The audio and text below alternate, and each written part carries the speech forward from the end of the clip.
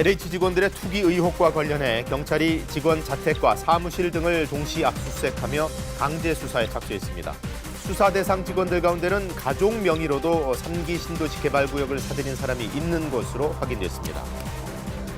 코로나19 백신 접종 후 확진 판정을 받은 사례가 6건으로 확인된 가운데 방역당국은 접종 전이나 항체 형성 전에 감염됐을 가능성이 있다고 설명했습니다. 아스트라제네카 백신의 만 65세 이상 고령층 접종 여부는 오늘 결정됩니다. 하버드대 램지어 교수의 논문을 실은 학술지 측이 이 논문이 공식적으로 최종 발행됐다는 입장문을 발표했습니다. 색인 작업과 기록물 보관 작업이 끝났다며 논문 철회나 삭제는 없을 것임을 분명히 했습니다. 한미 양국의 방위비 분담금 협상이 사실상 타결된 가운데 미 인도태평양 사령관이 1년 넘게 계속됐었던 방위비 협상의 공백 상태가 주한미군의 대비태세에 부정적인 영향을 미친다고 평가했습니다. 중국과의 스모그 유입으로 수도권과 강원 영서, 충청 등에서 초미세먼지 농도가 나쁨 수준을 보이는 가운데 오전까지 안개도 짙겠습니다. 한낮에는 평년 기온을 크게 웃도는 포근한 날씨가 이어지겠습니다. 여러분 안녕하십니까? 3월 10일 뉴스광장 시작하겠습니다. LH 직원들의 땅 투기 의혹과 관련해 경찰이 본격적인 수사에 착수했습니다. 어제 첫 압수수색이 있었습니다. 김용덕 기자가 보도합니다. 푸른색 상자를 열었던 수사관들이 LH 사무실을 빠져나갑니다. 직원들 혐의를 입증할 만한 자료가 확보됐습니까? LH 직원 투기 의혹이 불거진 뒤 첫 강제 수사입니다. 경찰의 전격적인 압수수색은 이곳 LH 과천 의왕사업본부를 비롯해 LH 광명시흥사업본부, 경남 진주에 있는 LH 본사에 수사관 60여 명이 투입돼 동시다발적으로 이뤄졌습니다. 1차 압수수색 대상은 최초 투기 의혹이 제기된 지역과 연루된 직원이 소속된 사업본부 등 현직 직원 13명에 대해서도 출국 금지 조치가 내려졌고 자택에 대한 압수수색이 진행됐습니다. 경찰은 직원들의 휴대전화와 컴퓨터, 내부 정보 이용 의혹을 입증할 전자문서 등을 압수하고 이를 바탕으로 업무 연관성 등에 대한 조사를 마친 뒤 최대한 빨리 관련자를 소환할 방침입니다. 정부 합동조사가 진행 중인 다른 3기 신도시 지역 등은 아직 수사 선상에 오르지 않았는데 경찰 관계자는 총리실에서 최대한 신속히 수사기관으로 보내라는 지시가 있었다며 지역 경찰청이 분담해 순차적으로 압수수색 등 절차를 밟게 될 것이라고 밝혔습니다. 특히 국가수사본부는 특별수사단을 정부합동 특별수사본부로 격상하고 국세청 등 지원을 받는 한편 신고센터도 운영하기로 했습니다. 한편 수원지검 안산지청이 수사 전담팀을 꾸린 가운데 수사 규모가 방대해지며 검찰의 참여가 필요하다는 목소리가 꾸준히 나오고 있습니다. 그러나 박범계 법무부 장관은 당장 직접 수사에 제한이 있다며 공직자의 부패 수사 등에 대한 가능성은 열려 있다고 말했습니다. 경찰과 유기적 현장 협력이 저는 가능하다고 보고 그것이야말로 지금 수사권 개혁의 요체이다. 전해철 행정안전부 장관 역시 협력을 강조했지만 검찰의 직접 수사엔 선을 그었습니다. 정세균 국무총리는 오늘 긴급 관계기관 회의를 소집해 검경 간 협력 방안을 논의합니다. KBS 뉴스 김영덕입니다. 이번 투기 의혹으로 직위 해제된 LH 직원은 현재까지는 일단 13명입니다. KBS가 확인해봤더니 그 사람들 본인 말고도 가족 명의로도 사들여 놓은 땅이 있었습니다. 이승철 기자가 취재했습니다. 경기도 광명시 노은사동 소재의 비닐하우스입니다. 3기 신도시 개발구역에 포함된 땅으로 1623제곱미터 규모입니다. 해당 토지는 2017년 8월 전라북도 전주시에 거주하는 3명이 4억 9천만 원에 매입했습니다. 이 사람들은 LH 직원인가요? 직원의 가족들요. 조선으로 몰라요. 상황이 그래요. 여기 경작하시는 거 맞으시죠, 선생님이? 모른다니까. 아예 안 해요, 안 해. KBS 취재 결과 이들 가운데 2명은 LH 직원 아내와 친족으로 확인됐습니다. 지분 절반은 LH 직원과 주소지가 같은 배우자가 샀고 나머지 절반은 직원 친족과 또 다른 한 명이 공동 매입했습니다. 해당 직원은 LH 전북지역본부에서 근무하다 민병과 참여연대 발표 이후 직위 해제됐습니다. 부장님은 업무 배제 중이시고요. 사무실 내에 별도 공간을 마련해서 근신 중이십니다. 지금까지 투기 의혹이 제기된 LH 직원의 땅은 경기도 시흥시 과림동과 무진해동, 광명시 노은사동 필지 12곳을 포함해 KBS가 보도한 경기도 시흥시 정왕동 필지 3곳, 추가로 확인된 노은사동 필지 1곳까지 모두 16곳으로 늘었습니다. 한편 양이원영 민주당 의원 어머니가 3기 신도시 개발구역 인근 광명시 가학동 땅 66제곱미터를 2019년 매입한 것으로 확인됐습니다. 같은 집원 매입자만 160명, 기획부동산 투자로 추정됩니다. 양이원영 의원실 측은 해당 지역 개발 정보는 물론 투자 사실도 몰랐다며 3기 신도시 지역에서 빠져 있지만 모친과 논의해 처분할 계획이라고 밝혔습니다. KBS 뉴스 이승철입니다. 이 문제와 관련해 국회는 어제 변창흠 국토교통부 장관을 불러서 긴급 현안 질의를 가졌습니다. 여야 할 것 없이 질타가 쏟아졌습니다. 김지숙 기자가 보도합니다. LH 투기 의혹에 대해 정세균 총리가 사과했습니다. 실망감과 배신감마저 느꼈으셨을 국민 여러분께 고개 숙여 사과드립니다. 국민의힘의 요구는 대통령의 사과와 국정조사입니다. 국정조사 요구에 대해서는 못 들은 척 계속 침묵하고 있습니다. 국회는 현안 보고를 통해 LH 사장을 지냈던 변창흠 국토부 장관에게 책임을 물었습니다. 본골쇄신의 정신으로 제가 좀 장관직을 걸고 강력하게 추진하도록 하겠습니다. 변 장관은 사퇴 요구가 나온단 말에 즉답을 피했습니다. 투기에 둔감한 국토부 장관에게 뭘 더 기대하겠느냐. 그러니까 국민들이 당장 사퇴하라 이겁니다. 투기를 해서는 안 된다는 거에 대해서는 한 번도 다르게 얘기한 적도 없고. 사퇴의 원인을 일부 일탈로 표현해 질타를 받기도 했습니다. 제도 개선을 노력해왔고 결과적으로 또 일부의 일탈이 나타났습니다. 모르셨다면 무능이고 알았다면 직무유기라고 국민들은 지금 생각을 합니다. 활동이 다 있는데 LH 직원들이 잘못했다고 탓으로 하는 것처럼 들립니다. 차명 거래를 잡아내기 위해 전체 토지의 거래 내역을 조사하는 방안도 거론됐습니다. 본인명이 없을 거라고 봅니다, 사실. 네. 어떻게 여기에 대해서 조사하면 좋겠습니까? 장기적으로는 모든 필지에 대해서 거래 내역 자체를 좀 조사를 해서. 변 장관은 또 예정대로 다음 달 2차 신규 택지를 발표할 거라며 토지 거래 내역과 공직자 토지 보유 현황 등을 보고 이상이 없는 택지로 고르겠다고 밝혔습니다. KBS 뉴스 김지숙입니다. 일본군 위안부는 매춘부라며 사실을 왜곡한 하버드대 램지어 교수의 논문, 결국 해당 논문을 실은 학술지 측이 최종 발행이라는 공식 입장을 냈습니다. 세계 각국의 비판에도 불구하고 편집진의 독립성이라는 이유를 내세워 발행을 정당화했는데요. 워싱턴 김양순 특파원이 보도합니다. 하버드 대학교 램지어 교수의 논문 태평양 전쟁 당시 성계약에 대해 논문을 실은 학술지 측이 공식 입장문을 냈습니다. 국제법경제학 저널은 개별 논문을 이미 온라인에 출고한 만큼 램지어 교수의 논문 역시 공식적으로 최종 발행됐다고 밝혔습니다. 이미 색인화 작업과 기록물 보관 작업을 위해 논문을 송고했다고도 했습니다. 이는 램지어 논문에 대해 역사적 증거와 관련된 문제 제기가 있어 조사 중이다라고 지난달 10일 우려를 표명한 이후 처음으로 나온 저널 측의 공식 입장입니다. 논문의 철회와 삭제를 요구하는 전 세계 학자들의 반론이 거센 상황이지만 끝까지 논문 철회와 삭제는 없다는 것을 분명히 밝힌 겁니다. 저널 편집장들은 다만 램지어 교수 본인과 이 사안에 대해 논의 중이라며 램지어 논문에 대한 우려 표명이나 이 사태와 관련된 다른 논문을 추가로 발행하는 작업도 진행 중이라고 덧붙였습니다. 이로써 학술지가 책임을 지고 램지어의 논문을 철회하거나 삭제하는 일은 없게 됐습니다. 사실을 왜곡한 논문 발행에 대한 책임을 묻는 KBS의 질의에 출판사 엘세비어 측은 학술지 편집진의 독립성을 존중한다고 밝혔습니다. 워싱턴에서 KBS 뉴스 김양순입니다. 한미 양국이 방위비 분담금 협상과 관련해 원칙적 합의를 봤다는 발표가 있었죠. 공식 서명을 앞둔 가운데 1년 넘게 지속된 방위비 협정 공백이 주한미군 대비 태세에 부정적인 영향을 미쳤다는 평가가 나왔습니다. 오늘 미국의 인도태평양 사령관이 밝힌 입장인데요. 워싱턴에서 금채령 특파원이 보도합니다. 한미 양국은 지난 5일부터 사흘간 미국 워싱턴에서 방위비 분담금 협상을 사실상 타결하고 내부 보고와 서명 절차를 남겨놓은 상태입니다. 공식 서명이 이뤄지면 1년 넘게 지속되어 온 협정 공백 상태는 해소됩니다. 이런 가운데 데이빗은 미 인도태평양 사령관은 협정 공백 기간 문제가 있었던 것으로 평가했습니다. 한미 방위비 분담금 특별협정의 공백 상태가 주한 미군의 대비 태세에 영향을 미친다고 말했습니다.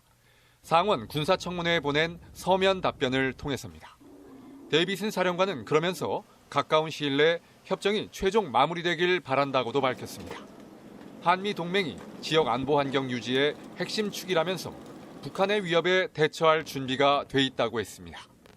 중국의 부상 견제와 관련해선 일본의 군사적 역량을 높이 평가하기도 했습니다. Japan brings amphibious capability. They have combatant capability, fighter aircraft, maritime patrol aircraft. To me, the Japanese are the number one ally in the region, and they're critically important to the security of the region as well. 한반도 방어 태세와 관련해선 F-35A 등 최신 무기 구매가 한국의 방어 태세를 강화한다고도 했습니다. 전시작전권 전환과 관련해선 한국군 사령관이 이끄는 미래 연합군 사령부로 전환하는 방향으로 진전이 이루어졌다고 평가했습니다. 워싱턴에서 KBS 뉴스 금철영입니다. 미국, 일본, 인도, 호주 협의체인 쿼드가 오늘 12일 첫 정상회담을 개최합니다. 젠 사키 백악관 대변인은 언론 브리핑에서 조 바이든 대통령이 오늘 12일 쿼드 참여국들과 화상회담에 참석한다고 밝혔습니다. 인도태평양 지역에 위치한 4개 나라로 이뤄진 쿼드는 미국의 인도태평양 전략을 이행하고 중국을 견제하는 목적의 협의체라는 평가를 받고 있습니다. 일본에서는 신규 확진자가 좀 줄어드는가 싶더니만 다시 1,000명대로 늘었습니다. 7월 개최 예정인 올림픽에 해외 일반 관객은 받지 않을 거라는 소식도 나오고 있는데요. 보도에 황동진 기자입니다. 그제 600명까지 줄었던 일본의 신규 확진자 수가 어제 다시 1,000명을 넘었습니다. NHK는 어제 저녁 6시 반 기준으로 코로나19 신규 확진자 수가 1,128명이라고 밝혔습니다. 최근 며칠 감소세였던 확진자 수가 다시 증가세로 돌아선 것으로 보입니다. 이에 따라 누적 확진자 수도 44만 2,400명을 넘었습니다. 일일 사망자도 어제 저녁 현재 58명이 늘어 누적 사망자가 8,379명입니다. 이처럼 상황이 좀채로 나아지지 않자 일본은 7월로 예정된 올림픽에 해외 일반 관객은 받지 않기로 한 것으로 전해졌습니다. 교도통신은 일본 정부가 도쿄올림픽, 패럴림픽에 해외 일반 관객을 수용하지 않기로 방침을 굳혔다고 보도했습니다. 관객은 일본 내 거주자로 한정하고 관객 수도 방역 대책에 따라 줄일 예정이며 정확한 입장 관객 수는 다음 달 중에 결정한다는 겁니다. 이 같은 사항은 다음 주 열리는 일본 정부와 대회 조직이 도쿄도와 국제올림픽위원회 IOC와의 회의에서 최종 확정될 예정입니다. 올림픽에 해외 관객을 받지 않기로 최종 결정하면 조직위는 규정에 따라 해외에서 판매된 올림픽 티켓의 환불 절차를 진행해야 합니다. 일부 관객을 받지 않겠다는 방침을 정한 일본 정부는 하지만 올림픽은 반드시 치르겠다는 입장을 보이고 있습니다. KBS 뉴스 황동진입니다. 다음 소식입니다. 국내에서 백신을 맞고도 코로나19에 감염되는 사례들이 나오고 있습니다. 방역당국은 접종 직전에 감염이 됐거나 혹은 접종 후 면역이 형성되기 전에 감염됐을 가능성에 무게를 뒀습니다. 서병립 기자가 보도합니다. 백신 접종 후 확진 판정을 받은 사례는 지금까지 6건 확인됐습니다. 코로나19 경증 환자 입원 병동에서 일한 국립중앙의료원 간호사 2명과 의료진 1명 외에 3명이 더 파악됐습니다. 방역당국은 1차 접종 후에도 확진 판정을 받을 수 있다고 밝혔습니다. 접종 전이나 항체 형성 전에 감염될 수 있기 때문입니다. 이 상황이 자체가 어떤 특이한 상황이라든가 아니면 오류가 있던 상황은 아닙니다. 방역당국은 앞으로도 접종 뒤 확진 사례는 계속 나올 수 있다며 그래서 거리 두기와 마스크 쓰기 등 방역 수칙 준수가 여전히 중요하다고 강조했습니다. 초도 물량으로만 접종이 진행되고 있는 화이자 백신의 국내 도입도 속도를 내고 있습니다. 우리나라가 개별 구매로 계약한 화이자 백신이 3월 넷째 주와 다섯째 주에 각각 25만 명분, 총 50만 명분이 들어올 예정입니다. 국제 백신 공동구매 프로젝트 코백스에서 들어오는 아스트라제네카 백신 105만 명분은 이번 달부터 5월까지 순차적으로 도입됩니다. 아스트라제네카 백신을 만 65세 이상 고령층에게도 접종할지 여부는 오늘 결론이 납니다. 코로나19 백신 누적 접종자는 38만 3천여 명으로 2, 3월 우선 접종 대상자의 절반가량이 1차 접종을 마쳤습니다. 접종 후 사망 신고 사례는 2건 추가됐는데 백신과의 인과성은 확인되지 않았고 조사가 진행 중입니다. 한편 방역당국은 전북 김제의 한 병원에서 냉장고 고장으로 아스트라제네카 백신 140명분의 보관 온도가 이탈한 것과 관련해 일단 사용을 중지하고 폐기 여부를 전문가와 상의할 거라고 설명했습니다. KBS 뉴스 서병립입니다. 네, 최근에 코로나19 집단 감염은 주로 활동적인 연령층의 모임을 고리로 해서 발생하고 있습니다. 그들이 주로 모이는 곳, 아무래도 주점과 음식점 등이겠죠. 양민철 기자가 취재했습니다. 서울 광진구의 한 음식점. 지금까지 관련 확진자가 80명이 넘었습니다. 이용자들은 안에서 춤을 추고 테이블 간 이동하며 술을 마셨고 일부는 마스크도 제대로 쓰지 않았던 것으로 조사됐습니다. 대구 북구에서도 지난달 말 첫 확진자가 나온 뒤 그 가족인 대학생이 참여한 지인 모임 등을 통해서 감염이 퍼져 모두 35명의 관련 확진자가 나왔습니다. 음식점과 동전 노래방 등 실내에서 장시간 활동이 이어지며 감염 규모가 커졌는데 이 역시 마스크 착용이 미흡했던 것으로 드러났습니다. 올해 들어 주점이나 음식점과 관련한 집단 감염 사례는 13건, 관련 확진자만 286명에 달합니다. 마스크 미착용, 환기불량, 음주와 춤, 노래 등 침방울 발생이 많이 생길 수 있는 행동이 큰 위험 요인으로 꼽혔습니다. 다중 이용시설에서의 마스크 미착용 등 방역 수칙을 지키지 않는 것은 전파 위험도를 매우 높이는 행위입니다. 뚜렷한 감소세 없이 3차 유행이 지속되는 가운데 방역당국은 수도권에서만 운영 중인 임시 선별검사소를 비수도권으로도 확대하기로 했습니다. 지역사회 내 숨은 감염자를 조기에 찾아내는데 성과가 있었다는 평가 때문입니다. 지자체 수요에 따라 부산과 울산, 광주, 대구, 천안, 아산에 각 한 곳씩 설치돼 다음 달까지 2개월 동안 운영됩니다. 방역당국은 또 현재 거리두기 체계를 대체할 개편안을 관련 단체와의 협의를 거쳐 다음 주까지는 확정할 예정입니다. 따라서 오는 14일 이후의 거리두기 단계는 현행 틀 안에서 결정되는데 오는 12일 발표됩니다. KBS 뉴스 양민철입니다. 2% 넘게 하락했던 뉴욕 나스닥 지수가 오늘 다시 4% 이상 큰 폭으로 올랐습니다. 경기 부양에 대한 기대감과 금리 상승 압박에 동시에 작용하면서 미국 주식시장의 변동성이 커지고 있는데요. 이 가운데 주춤했던 비트코인은 다시 오름폭을 키우고 있습니다. 뉴욕 한보경 특파원이 보도합니다. 어제 2.4% 넘게 급락했던 대형 기술주 중심의 나스닥 지수가 오늘은 4% 가깝게 상승하며 장을 마쳤습니다. 지난 1월 고점 대비 어제까지 36% 넘게 폭락했던 전기 자동차 업체 테슬라가 오늘 하루 20% 가까운 상승률을 기록하며 상승장을 이끌었습니다. 어제 하락세였던 스탠더드 앤드 푸어스 500 지수도 오늘은 1% 이상 올랐고 다우존스 지수 역시 오름세로 장을 마감했습니다. 우리 돈 2,140조 원 규모의 초대형 경기 부양안이 미국 의회 상원을 통과하면서 경기 회복에 대한 기대감은 커지고 있지만 금리 상승과 물가 상승 압력으로 주식시장의 변동성이 커지고 있는 거란 분석이 나오고 있습니다. I think the market in general is very emotional right now. A part of the reason is we're expecting a pretty strong, post-pandemic economic recovery, but at the same time we're worried about inflation. 하지만 금융당국의 이딴 규제 예고성 발언에 한동안 주춤했던 비트코인은 다시 오름폭을 키우고 있습니다. 최근 열흘간 20% 넘게 오르며 54,000달러대에 진입했습니다. 우리 돈으로 다시 6천만 원을 넘긴 건데 최근 비트코인에 대규모 투자를 했다고 발표한 테슬라나 마이크로 스트래티지, 스퀘어 등은 주식시장에서 약세를 면치 못하고 있습니다. 뉴욕에서 KBS 뉴스 한보경입니다. 경제협력개발기구 OECD가 올해 우리나라 경제 성장률을 3.3%로 전망했습니다. 종전보다 0.5%포인트 높인 전망치로 코로나 이전 수준을 회복할 걸로 내다봤는데요. 그 이유를 서영민 기자가 전해드립니다. OECD가 예상한 우리나라의 올해 성장률은 3.3%입니다. 지난번 전망인 2.8%보다 0.5%포인트 높아진 건데 우리 정부 전망인 3.2%는 물론 IMF의 3.1%보다도 높습니다. 수치 상향의 가장 큰 이유는 주요국의 성장세 확대였습니다. 특히 미국 영향이 컸습니다. 바이든 행정부의 1.9조 달러에 달하는 막대한 부양책이 미국 경제 성장률을 높이고 이 효과가 우리나라 같은 주요 교역 상대국의 성장률까지 높이는 효과를 낼 거란 이유에서입니다.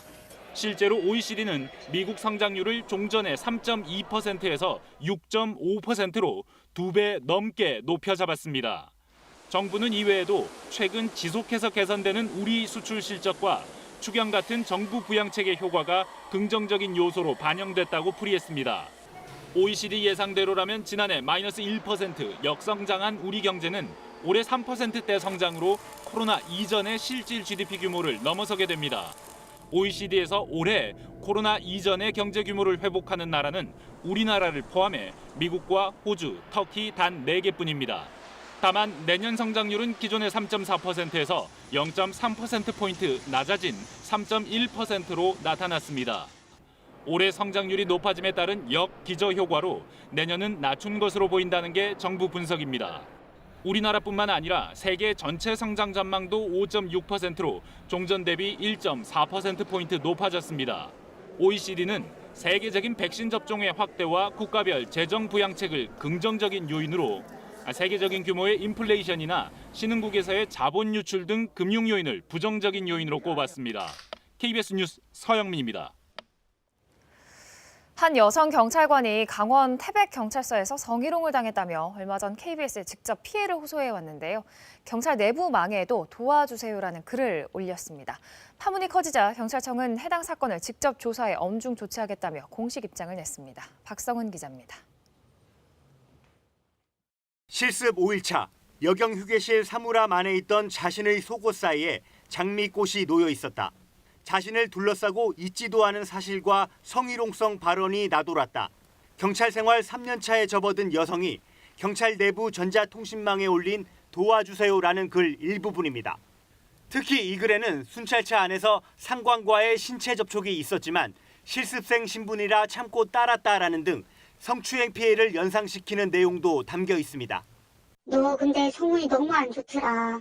너 어떻게 하려고 그러냐. 네가 남자애들 그렇게 다 만들어 놓은 거고 행동을 그렇게 하니까 그렇게 된 거다. 라고 해서 이 글은 조회수만 5만 건이 넘었고 댓글도 900개가 넘게 달렸습니다.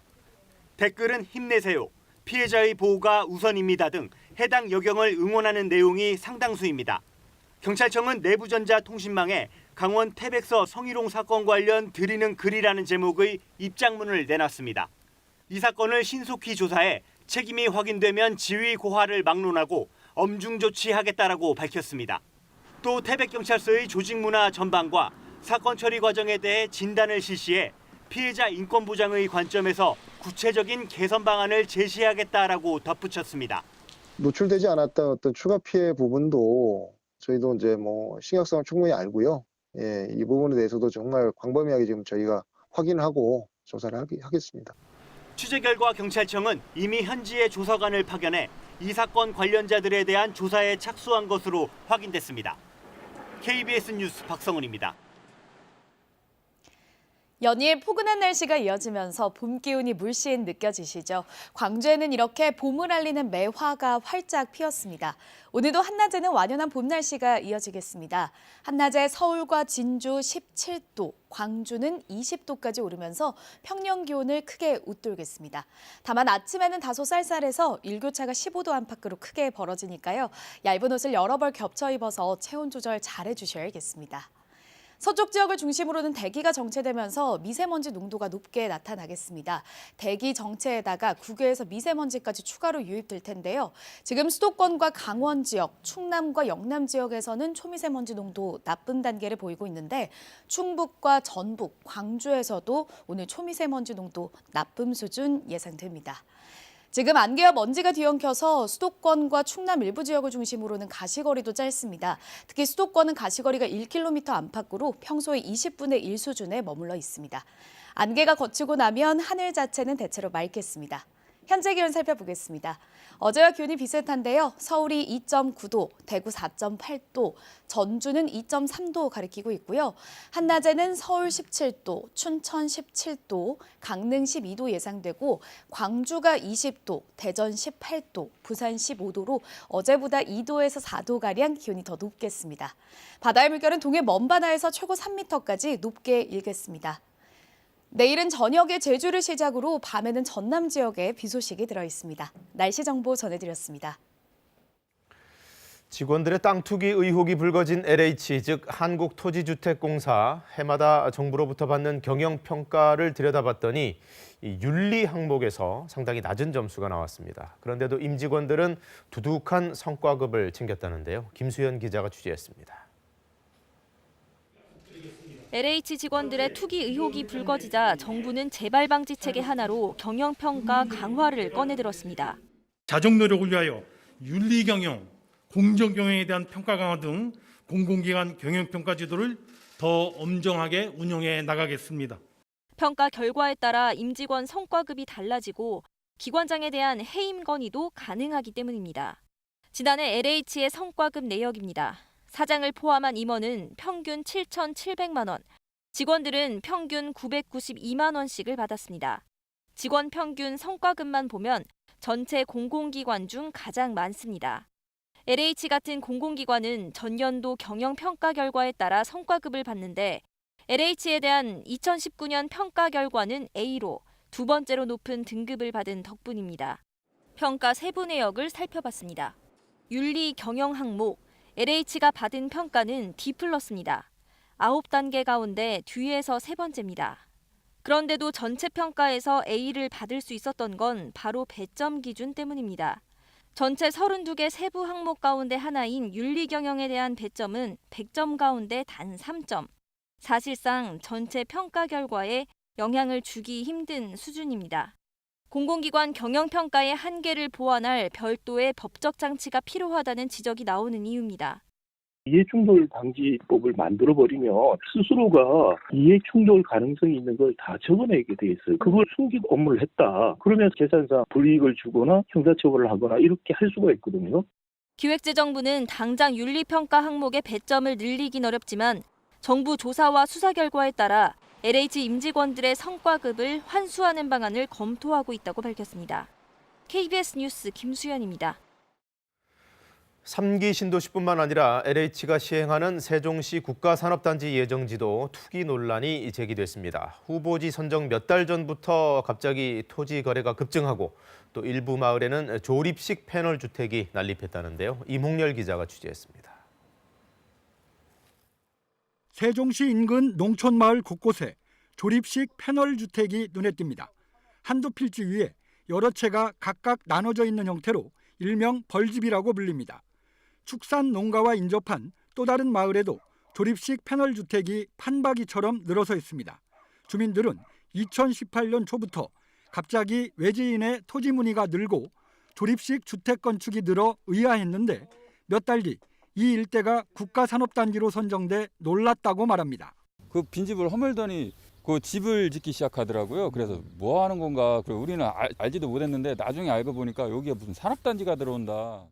실제로 2018년 8월 세종시 연서면 와촌리 일대 277만 제곱미터가 스마트 국가산단 후보지로 지정되기 전인 그해 1월부터 토지 거래량이 급증하다 발표 2달 전에는 무려 7천여 건 넘게 거래됐습니다.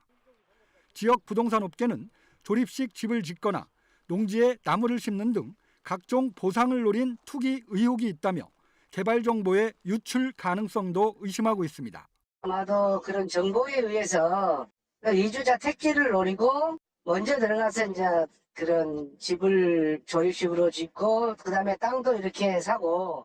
이런 가운데 세종경찰청은 스마트 국가산단과 주변 지역에 대한 토지 거래 정보를 수집하는 등 내사 검토에 들어갔습니다. KBS 뉴스 임홍렬입니다.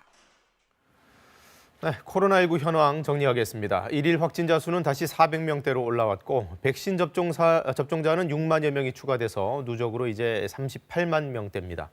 방역당국은 거리두기 조정안을 다음 주에 확정합니다. 취재기자 연결합니다. 이정은 기자, 먼저 환자 발생 현황부터 정리해 주시죠.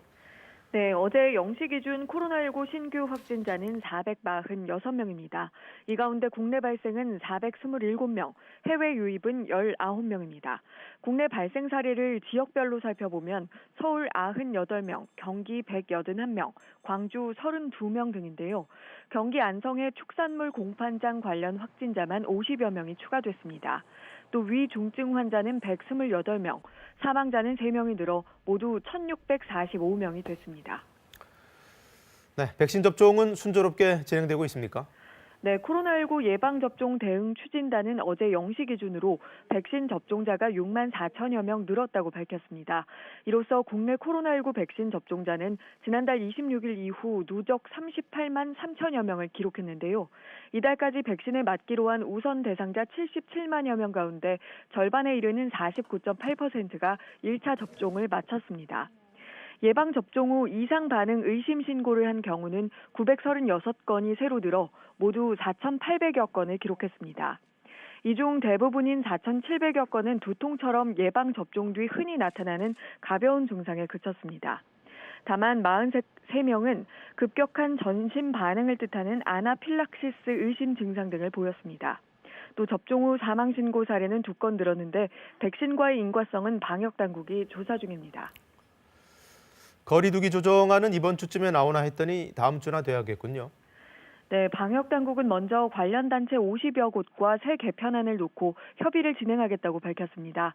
업종별 특수성과 이견 등을 종합해서 이번 주에 초안을 만들고 다음 주에는 확정을 할 수 있을 것으로 예상했습니다. 방역당국은 또 올해 들어 주점이나 음식점 관련 집단 감염이 13건 잇따랐으며 관련 확진자는 286명이라고 밝혔는데요.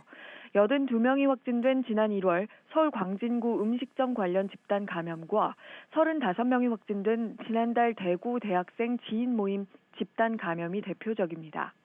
이처럼 집단 감염이 잇따르면서 방역당국은 4차 유행을 막기 위해 울산과 부산, 광주 등 6개 지자체에도 임시 선별검사소를 설치하기로 했습니다. 지역별 임시 선별검사소는 다음 달까지 2달간 운영되며 그 뒤 평가를 거쳐 추가 운영 여부를 검토할 방침입니다. 방역당국은 또 최근 사업장에서 집단 감염이 잇따르는 만큼 노동 집약적 환경에서 일하는 근로자들은 조금만 이상이 있어도 검사를 받아달라고 요청했습니다. 지금까지 사회부에서 KBS 뉴스 이정은입니다. 새학기 시작에 맞춰 개통된 EBS 온라인 클래스, 개학 2주 차인 어제까지도 오류가 끊이지 않고 있습니다. 접속 지연에 아예 먹통이 되기도 해서 교육 현장의 혼란이 가중되고 있는데요. 김혜주 기자가 취재했습니다. 초중고생 전체가 실시간 쌍방향 수업에 사용하는 EBS 온라인 클래스. 수업을 하고 있는 도중 갑자기 연결에 이상이 생깁니다. 지금 뭔가 또 불안정한 것 같긴 한데. 잠시 뒤 학생들이 자신도 모르는 사이 방에서 나왔다는 메시지가 뜹니다. 튕겼다가 다시 들어오는 경우가 조금 잦았고요. 갑자기 그 화면이 축소됐다가 확대됐다가 이런 현상이 계속 수업 중에 계속 발생을 했었거든요. 또 다른 학교. 원격 수업 중에 교사가 화면을 전환했지만 제대로 이행되지 않아 일부 학생들은 볼 수가 없습니다. 선생님은 페이지를 넘어갔는데 이렇게 보였고 이렇게 보였다는 거지. EBS 온라인 클래스의 경우 개학 첫날부터 크고 작은 오류가 발생했고 지난 3일과 4일에는 아예 한때 먹통이 되기도 했습니다. 개학 2주가 지난 지금도 접속이 원활하지 않거나 일부 기능이 제대로 작동되지 않고 있습니다. 계속 아이들한테 미안하다고 해요. 네, 얘들아 미안하다, 이게 왜 안 되는지 선생님도 모르겠다 하면서 이야기를 하는데 그럴 때마다 참 속상하죠. 초등학생과 중학생이 사용하는 이 학습터도 지난 8일 1시간가량 접속이 지연되는 사고가 발생했습니다. 경기와 전남, 전북 등 일부 지역에서 원격 수업에 차질을 빚기도 했습니다. 교원단체 설문조사 결과 응답자의 절반가량이 EBS 온라인 클래스가 안정적이지 않다고 답했고 응답자의 40%는 여전히 구글 클래스룸 등을 이용해 원격 수업을 하고 있다고 답했습니다. 교육부는 화상 수업 기능 등을 단기간에 빨리 추가하면서 오류가 발생했다고 해명했습니다. 핵심 기능들 좀 더 빠르게 안정화시키는 게 이제 가장 중요하고요. 이제 학교 현장에서 좀 더 편리하게 이용할 수 있는 부분들도 계속해서 빨리 이제 보완하는 게 이제 필요하고요. 전교조와 교총 등 교원단체들은 졸속으로 도입된 원격 수업 플랫폼에 예고된 인재라며 민간 시스템의 무료 사용을 요구했습니다. KBS 뉴스 김혜주입니다. 코로나19 영향으로 사교육비 지출이 감소하는 매우 이례적인 현상도 나타났습니다. 학원들 문을 닫은 기간이 있다 보니 그런 건데 전체적으로 보면 줄었지만 대입을 앞둔 고등학생들 경우에는 오히려 사교육이 늘었다고 합니다. 박예원 기자의 보도입니다. 학원들은 지난해 코로나19 방역을 위해 종종 이렇게 문을 닫아야 했습니다. 이런 상황이 반영된 걸까요? 통계청이 발표한 지난해 사교육비 통계를 봤더니 초중고교생 1인당 월 평균 사교육비는 28만 9천 원, 1년 전보다 10% 정도 줄었습니다. 허리띠를 졸라매더라도 아이들 교육비만큼은 줄이지 않는 우리 상황을 감안하면 매우 이례적인 일입니다. 특히 초등학생의 월 평균 사교육비는 24% 가까이 줄었고 사교육 참여율도 14%포인트가량 떨어졌습니다. 국어나 수학 같은 일반 교육과는 덜한데 태권도나 미술 같은 예체능에서 꽤 많이 준 것을 알 수 있죠. 그런데 대학 입시에 직접적인 영향권에 있는 고등학생은 좀 다릅니다. 지금까지 본 것과는 달리 월 평균 사교육비와 사교육 참여율이 모두 증가했죠. 한 달에 사교육에 쓴 돈이 평균 38만 8천 원, 좀 적은 것 아닌가 싶기도 한데 사교육 전혀 안 하는 고등학생 빼고 하는 사람만 따로 계산해 보면 월 평균 64만 원으로 훌쩍 뜁니다. 특히 서울만 놓고 보면 82만 9천 원으로 더 늘어납니다. 평균이 이렇습니다. 사교육을 가른 또 하나의 기준은 바로 소득입니다. 월 800만 원 이상 소득을 올리는 가정에선 10명 중 8명이 하고 50만 4천 원을 지출하지만 200만 원 미만 구간은 10명 중 4명으로 줄고 금액도 10만 원이 안 됩니다. 코로나19 와중에 사교육 왜 하는지 물으니 학교 수업을 보충해야 해서라는 답이 가장 많았습니다.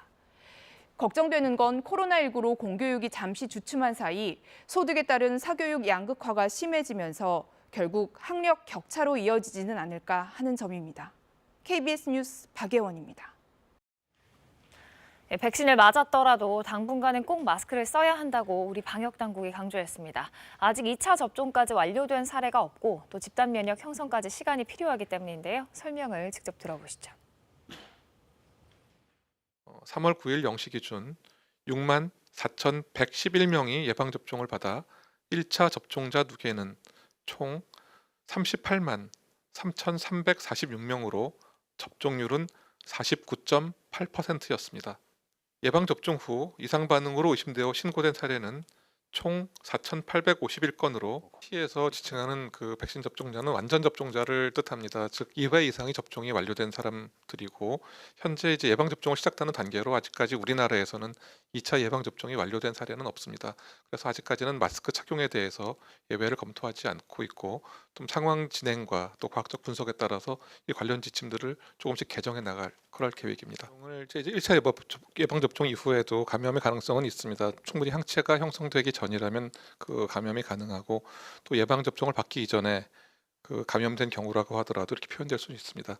2차 접종 후에도 항체가 형성되지 않는 그 소규모의 비율이 어디까지 존재하기 때문에 그 이분들에게까지 완전하게 다 그 효과를 발휘하려면은 어느 정도의 집단 면역 형성되는 기간을 좀 지나야 됩니다. 그렇기 때문에 그 우리가 완전히 마스크를 벗어버리고 이렇게 활동하려면 아직은 좀 더 시간이 필요하다. 여기 아직까지는 그 환자 수준이 그렇게 유의미하게 감소된 상황은 아니고 지나치게 이완될 수는 없기 때문에 여기에 대해서는 좀 보수적으로 바라보고 있습니다. 아직까지 적극적인 그런 상황 결정까지는 조금 시간이 걸릴 것 같습니다. 그 예방 접종을 마친 사람들에 대해서 이제 그 소위 그 면역 여건이라고 하는 백신 여건이라고 하는 그런 움직임이 있는 것은 사실입니다. 우리나라도 여기에 대해서 검토를 하고 있고 그 과학적인 근거와 세계적인 추세를 반영해서 여기에 대한 정책을 결정할 예정입니다. 모든 것을 이렇게 이제 그 전체에 대해서 집합 금지라든가 이렇게 하기는 어려운 상황이고 물론 그 매우 취약한 그런 구조라면은 그 감염병 예방법에 따라서 감염병이 유행이 우려되는 장소로 지정해서 여기에 대한 집합 금지는 가능할 수 있지만 이제 그 앞에 앞서서 먼저 이런 교육적인 계도와 또는 선제적 예방이 더 중요하다는 점 말씀드립니다. 코로나19 국제 소식 전해드립니다. 코로나19 재확산으로 한때 의료 붕괴 위기까지 내몰렸던 이탈리아가 또다시 일선 전담병원들이 포화 상태가 될 때를 대비해 유럽에서 처음으로 이동식 응급 열차를 운영하기로 했습니다. 이탈리아가 코로나19 중증 환자 치료를 위한 이동식 응급 열차를 유럽에서 처음으로 도입했습니다. 이탈리아 국영철도회사가 전날 로마에서 공개한 이 열차는 총 8량 가운데 3량을 중환자 병실로 개조해 환자 21명을 동시에 수용할 수 있습니다. 더불어 열차 내 병상에는 산소호흡기 등 주요 의료 장비가 설치돼 있고 한량당 의사 1명, 간호사 4명의 전문 의료진이 배치돼 24시간 환자를 돌보게 됩니다. 열차는 일단 다음 달 초부터 로마, 밀라노 노선에 투입되고 이후 확대 운영될 예정인데요. 보건당국은 일선병원의 환자 수용 능력이 한계치를 넘을 경우 이 이동식 응급열차가 대안이 될 것이라고 기대하면서 특정 지역의 중환자 병상이 부족해 환자를 다른 지역 혹은 다른 유럽 국가로 이송해야 할 때도 활용될 수 있을 것이라고 덧붙였습니다. 2020 도쿄올림픽 조직위원회가 오는 25일 후쿠시마현에서 열리는 성화봉송 출발 행사를 일반 관중 없이 치르기로 했다고 현지 언론이 전했습니다. 당초 도쿄올림픽 조직위원회는 대회 연기가 결정되기 전까진 일본 총리와 도쿄도지사, 일반 관중 3천여 명이 모인 가운데 성화봉송 출발식을 치를 계획이었는데요. 하지만 현재 코로나19 상황이 종식되지 않은 점을 고려해 조직위는 관련 행사 규모를 대폭 축소하고 참석자도 대회 관계자에 한정하기로 했습니다. 도쿄올림픽 성화는 이번 봉송 출발 행사 이후 121일 동안 일본 전국을 돈 뒤 오는 7월 23일 개회식에 맞춰 올림픽 주 경기장에 도착할 예정인데요.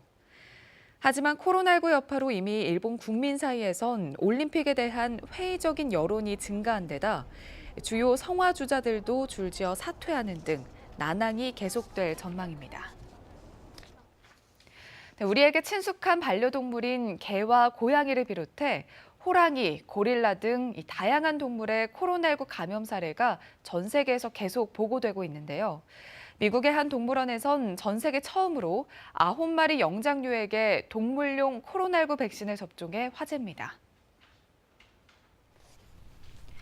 미국 샌디에이고 동물원이 현지 시간 4일 오랑우탄 4마리와 보노보 5마리에게 동물용으로 개발된 코로나19 백신을 접종했다고 현지 매체가 보도했습니다.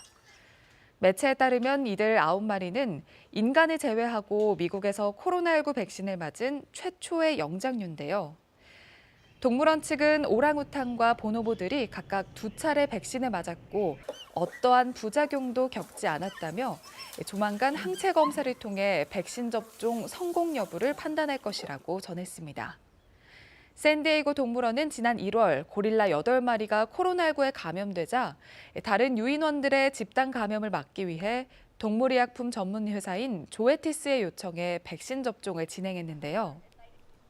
조에티스사는 지난해 2월 말 홍콩에서 확진자의 반려견이 코로나19에 감염된 사실이 확인되자 동물용 백신 개발에 착수했고 현재까지 개와 고양이를 대상으로 진행한 임상시험에서 상당한 면역 효과와 안정성을 확인했다고 밝혔습니다.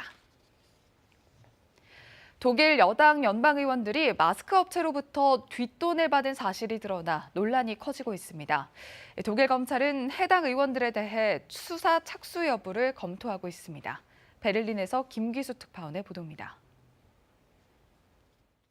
독일 여당 기동민주당의 연방의원 니콜라스 뢰벨이 의원직을 사퇴했습니다. 뢰벨은 중국산 방역 마스크를 중개해주고 수수료 명목의 뒷돈을 자신의 회사를 통해 받은 것으로 확인됐습니다. 뢰벨이 업체에서 받은 돈은 25만 유로, 약 3억 4천만 원에 이릅니다. 김민당과 연립정부를 구성하고 있는 기독사회당의 원내 부대표 게오르크 뉘스라인도 마스크 업체에서 거액을 받은 의혹을 받고 있습니다. 마스크 공공발주 물량을 한 제조업체에 중개해주고 66만 유로, 약 9억 원가량을 받은 혐의입니다. 뉘스라인은 원내 부대표직을 사임한 데 이어 기사당에서 탈당했습니다. 이와 관련해 검찰의 조사도 시작됐습니다. 마나임 지방검찰청은 뢰벨의 뒷돈 수수에 대해 수사 착수 여부를 검토하고 있고 뮌헨 지방검찰청은 뉘스라인의 뇌물수수 혐의에 대해 수사에 착수했습니다. 옌스 슈판 연방보건장관은 연방의회와 협력해 마스크 문제에 대해 완전한 투명성을 확보하겠다고 밝혔지만 논란은 가라앉지 않고 있습니다. 야당들은 두 의원의 행위는 빙산의 일각일 수 있다며 연방의회 안에 특별조사위원회를 설치해야 한다고 주장했습니다. 한편 마스크 스캔들은 올 9월 총선을 앞둔 여당의 악재가 될 것으로 보입니다. 당장 일주일 앞으로 다가온 바덴비르텐베르크와 라인란트팔츠의 주의회 선거에서 여당의 지지율이 내림세를 보이고 있습니다.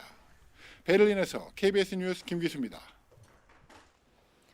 코로나19 관련 국내 소식 전해드립니다. 첫 번째 내용 보시죠. 혹시 이런 가짜 미끼 문자 받은 적 있으신가요? 최근 코로나19 백신과 관련해서 허위 투자 정보를 미끼로 스미싱 문자 메시지를 보내는 사례가 늘고 있습니다. 금융감독원에 따르면 백신과 관련한 허위 투자 정보와 함께 전송된 인터넷 주소를 누르면 휴대전화에 원격 조종 악성 어플이 설치돼 개인 신용 정보가 유출될 수 있습니다. 해외에서는 백신 우선 공급이나 구매를 미끼로 개인정보와 돈을 가로채는 사기도 등장했다고 합니다. 또 4차 재난지원금, 긴급지원, 자금 대출 등을 빙자한 보이스피싱도 기승을 부리고 있는데요. 금감원은 출처가 불분명한 인터넷 주소는 절대 클릭하지 말고 자금 이체 요청은 무조건 거절하라며 소비자들의 각별한 주의를 당부했습니다. 다음 키워드 보겠습니다. 고용은 위축, 소비와 수출은 늘어. 한국개발연구원 KDI가 코로나19의 확산으로 고용이 빠르게 위축되는 등 경기 부진이 지속하고 있다고 분석했습니다. KDI는 1월 취업자 수가 1년 전보다 98만 명 넘게 줄었고 계절 조정 실업률은 2000년 이후 가장 높은 수준을 기록했다고 밝혔습니다. 다만 내구재 소비와 수출이 큰 폭으로 증가하면서 경기가 위축되는 것을 방어하고 있다고 평가했습니다. 또 소비 심리도 좋아지고 있다고 봤습니다. 승용차와 가전제품을 중심으로 내구재 판매가 높은 증가세를 보이며 2월 소비자 심리지수는 97.4로 1월보다 2포인트 올랐습니다. KDI는 기업들의 체감 경기도 코로나19 이전 수준으로 회복했다고 진단했습니다. 마지막 키워드 보시죠. 사교육 막겠다, 등교 수업 확대 추진. 교육부가 등교 수업을 확대해서 사교육의 수요가 너무 증가하지 않도록 억제할 방침입니다. 코로나19 속에서도 지난해 고등학생의 사교육비 지출은 오히려 늘어났는데요. 이에 교육부는 등교 수업을 확대하는 등 고등학생의 학습 보충과 심화 수요에 적극적으로 대응하겠다고 밝혔습니다. 이를 위해 학습 컨설팅을 강화하고 학생 맞춤형 학습 지도를 시행할 방침입니다. 또 수능 난이도를 안정적으로 유지하고 대학별 고사에서 선행 문제 출제 금지를 위반한 경우 위반한 횟수에 따른 가중 처분을 할 수 있도록 공교육 정상화법 개정을 추진하겠다고 덧붙였습니다. 지금까지 코로나19 Q&A였습니다. 코로나19 때문에 지난 1년 동안 요양병원들은 면회가 금지되면서 환자와 가족들이 그야말로 생이별을 해야 했습니다. 이제 조금씩 면회 제한이 풀리고 있는데요. 떨어져 있던 가족들의 뭉클한 상봉 현장을 김민혁 기자가 취재했습니다. 1년 2개월 만에 만나는 아내와 누나. 손꼽아 기다린 바로 그날입니다. 얼굴엔 긴장감이 가득합니다. 가족을 보는 순간 참았던 눈물이 터져 나옵니다. 아니 울지 마. 가림막 너머 불과 1m 앞에 있는 가족. 나는 누나 보고 싶었지. 누나도 보고 싶었어. 그러나 손 한 번 잡아볼 수 없습니다. 손을 못 잡아. 근데 지금 얼굴이라도 볼 수 있으니까 너무 좋은 거야. 조금만 참으면 날마다 올게. 환기가 잘 되는 곳에서 칸막이를 사이에 두고 발열 체크를 한 뒤에야 비접촉 면회가 가능합니다. 오랜만에 밥 한 끼 같이 하고 싶지만 안타깝게도 식사는 금지 사항입니다. 손도 못 잡아보고 그 밖에서 그냥 손으로만 한다는 게 겪어보지 않으신 분들은 모를 거예요. 가족을 1년 넘게 못 본다는 거를 병원까지 와 있어서 제가 못 해주니까 많이 안타까워요. 중단됐던 접촉 면회도 제한적으로나마 다시 시작됐습니다. 이 경우 감염 확산을 막기 위해서 이처럼 1인실이나 별도의 독립된 공간을 활용해야 합니다. 접촉 면회는 조건이 더 까다롭습니다. 면회자 본인이 코로나19 음성이란 걸 증명해야 합니다. 면회 당일 24시간 이내 받은 PCR 음성 확인서를 내거나 현장에서 신속 항원 검사를 받는 방식 중 선택합니다. 마스크, 장갑 등 개인 보호구는 반드시 착용해야 합니다. 임종을 앞두고 있거나 중증 환자인 경우 또는 주치의가 면회가 필요하다고 인정하는 경우에 한해서만 접촉 면회가 허용됩니다. 환자 수준이 그렇게 유의미하게 감소된 상황은 아니고 지나치게 이완될 수는 없기 때문에 여기에 대해서는 좀 보수적으로. 요양병원 환자와 시설 입소자는 감염에 특히 취약한 만큼 면회객은 방역 수칙을 철저히 지켜야 한다고 방역당국은 거듭 강조했습니다. KBS 뉴스 김민혁입니다. 서울시장 보궐선거가 이제 한 달도 남지 않았지만 아직도 여야의 맞수가 확정되지 않았습니다. 후보 단일화 작업이 과제로 남아 있는데요. 관련 동향은 이중근 기자가 전해드립니다. 토론 횟수 등으로 이견을 거듭하던 민주당 박영선, 열린민주당 김진애 후보가 단일화 방식에 합의했습니다. 두 차례 토론을 거쳐 여론조사와 양당 당원 투표를 50%씩 반영하기로 했습니다. 투표권이 있는 당원이 더불어민주당은 15만 명, 열린민주당은 2,500명 수준이어서 박 후보에게 유리한 구조입니다. 단일 후보는 서울시장 후보 등록일 전인 17일 발표됩니다. 서로에게 기대고 의지하면서 박영선의 서울과 김진애의 서울을 뜨겁게 융합시켜 보도록 하겠습니다. 이변을 만들고 기적을 만들어서 변화에 대한 새로운 희망, 이것을 일깨우도록 노력하겠습니다.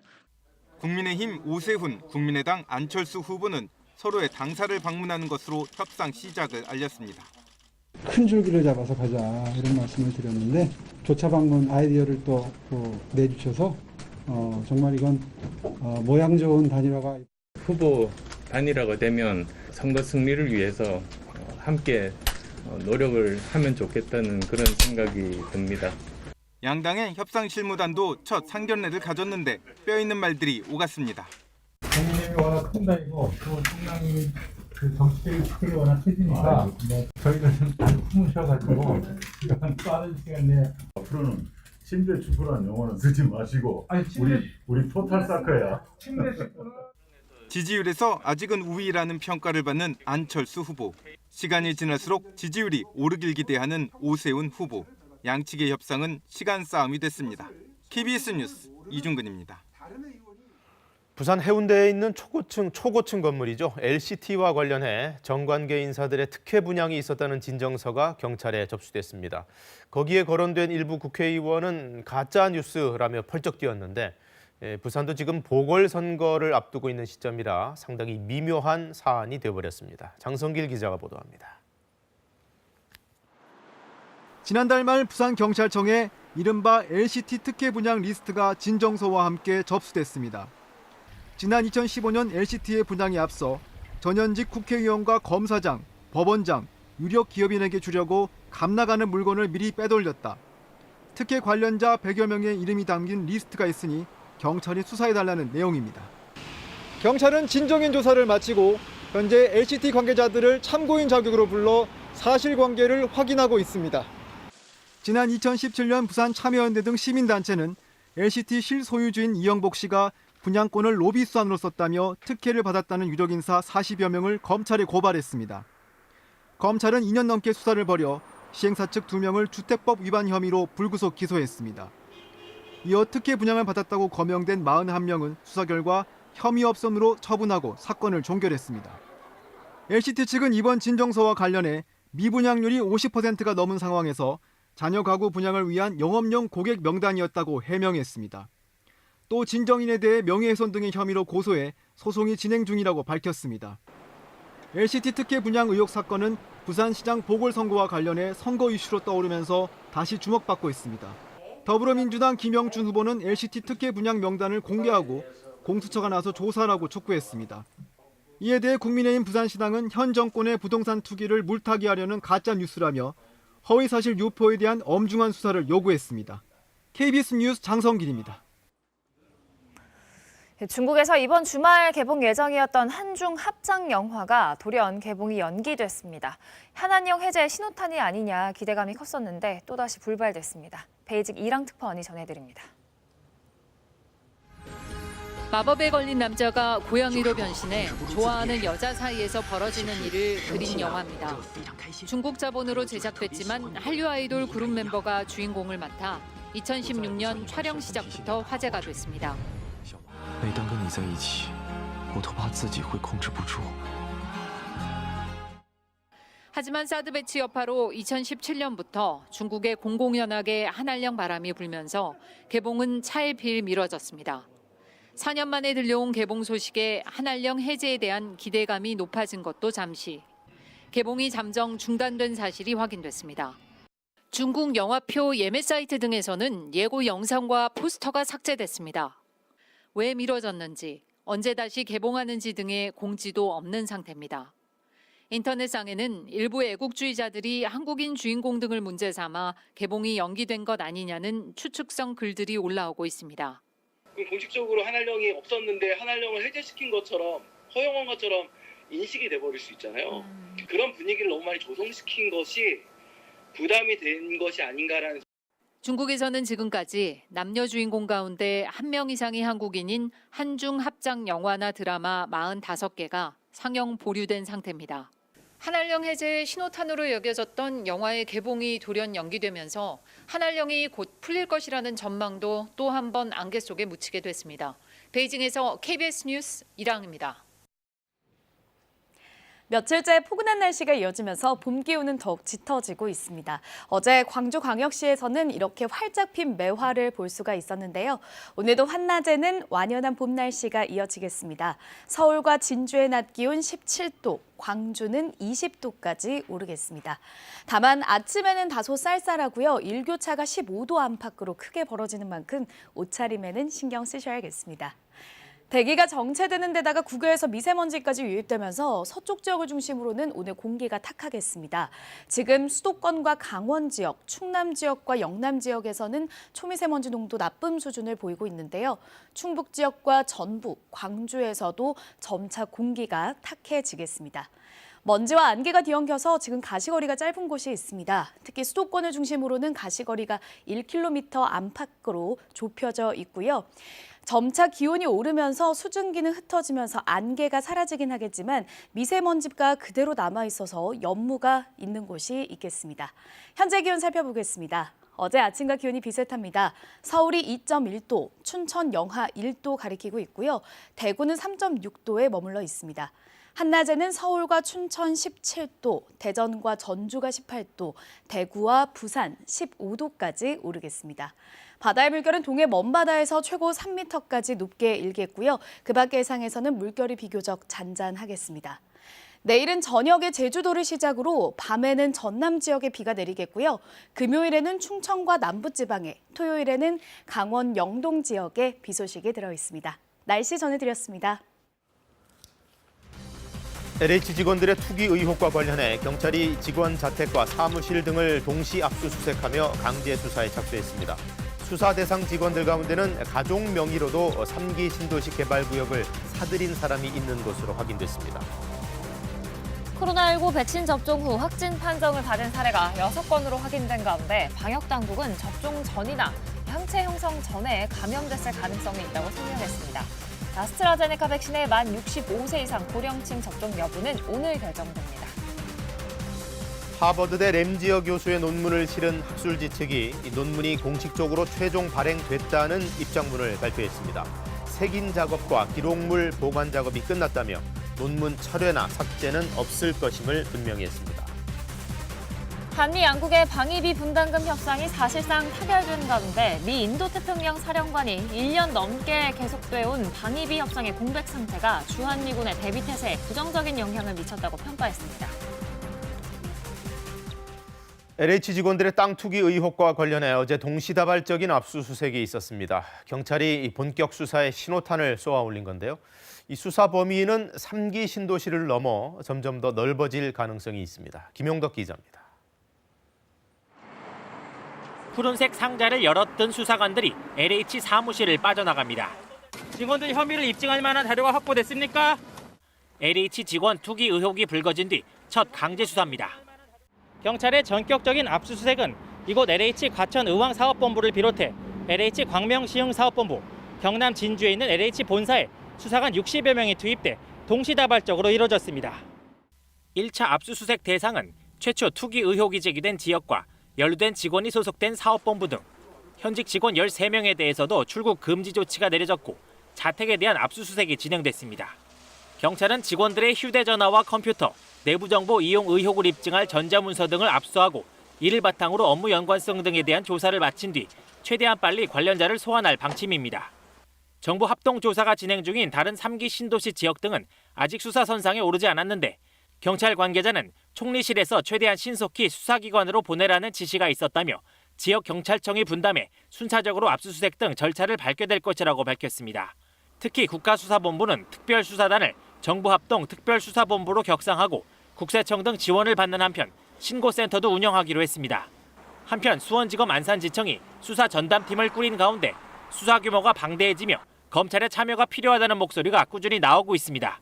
그러나 박범계 법무부 장관은 당장 직접 수사엔 제한이 있다며 공직자의 부패 수사 등에 대한 가능성은 열려 있다고 말했습니다. 경찰과 유기적 현장 협력이 저는 가능하다고 보고 그것이야말로 지금 수사권 개혁의 요체이다. 전해철 행정안전부 장관 역시 협력을 강조했지만 검찰의 직접 수사엔 선을 그었습니다. 정세균 국무총리는 오늘 긴급 관계기관 회의를 소집해 검경 간 협력 방안을 논의합니다. KBS 뉴스 김영덕입니다.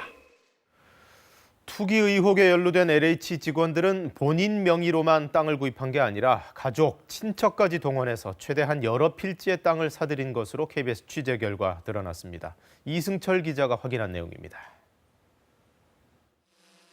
경기도 광명시 노은사동 소재의 비닐하우스입니다. 3기 신도시 개발구역에 포함된 땅으로 1623제곱미터 규모입니다. 해당 토지는 2017년 8월 전라북도 전주시에 거주하는 3명이 4억 9천만 원에 매입했습니다. 이 사람들은 LH 직원인가요? 직원의 가족들요. 그 정도는 몰라요. 상황이 그래요. 여기 경작하시는 거 맞으시죠, 선생님이? 모른다니까. 아예 안 해. KBS 취재 결과 이들 가운데 2명은 LH 직원 아내와 친족으로 확인됐습니다. 지분 절반은 LH 직원과 주소지가 같은 배우자가 샀고 나머지 절반은 직원 친족과 또 다른 한 명이 공동 매입했습니다. 해당 직원은 LH 전북지역본부에서 근무하다 민병과 참여연대 발표 이후 직이 해제됐습니다. 부장님은 업무 배제 중이시고요. 사무실 내에 별도 공간을 마련해서 근신 중이십니다. 지금까지 투기 의혹이 제기된 LH 직원의 땅은 경기도 시흥시 과림동과 무진해동, 광명시 노은사동 필지 12곳을 포함해 KBS가 보도한 경기도 시흥시 정왕동 필지 3곳, 추가로 확인된 노은사동 필지 1곳까지 모두 16곳으로 늘었습니다. 한편 양이원영 민주당 의원 어머니가 3기 신도시 개발구역 인근 광명시 가학동 땅 66제곱미터를 2019년 매입한 것으로 확인됐습니다. 같은 집원 매입자만 160명, 기획부동산 투자로 추정됩니다. 양이원영 의원실 측은 해당 지역 개발 정보는 물론 투자 사실도 몰랐다며 3기 신도시 지역에서 빠져 있지만 모친과 논의해 처분할 계획이라고 밝혔습니다. KBS 뉴스 이승철입니다. 국회는 어제 변창흠 국토교통부 장관을 불러서 이 문제에 대해 어떻게 책임질 건지 추궁했습니다. 사퇴 얘기도 나왔지만 변 장관 본인은 즉답을 피했고 대신 장관직을 걸고 쇄신을 추진하겠다고 했습니다. 김지숙 기자입니다. LH 투기 의혹에 대해 정세균 총리가 사과했습니다. 실망감과 배신감마저 느꼈으셨을 국민 여러분께 고개 숙여 사과드립니다. 국민의힘의 요구는 대통령의 사과와 국정조사입니다. 국정조사 요구에 대해서는 못 들은 척 계속 침묵하고 있습니다. 국회는 현안 보고를 통해 LH 사장을 지냈던 변창흠 국토부 장관에게 책임을 물었습니다. 본골 쇄신의 정신으로 제가 좀 장관직을 걸고 강력하게 추진하도록 하겠습니다. 변 장관은 사퇴 요구가 나온단 말에 즉답을 피했습니다. 투기에 둔감한 국토부 장관에게 뭘 더 기대하겠느냐. 그러니까 국민들 당장 사퇴하라 이겁니다. 투기를 해서는 안 된다는 거에 대해서는 한 번도 다르게 얘기한 적도 없고. 사퇴의 원인을 일부 일탈로 표현해 질타를 받기도 했습니다. 제도 개선을 노력해왔고 결과적으로 또 일부의 일탈이 나타났습니다.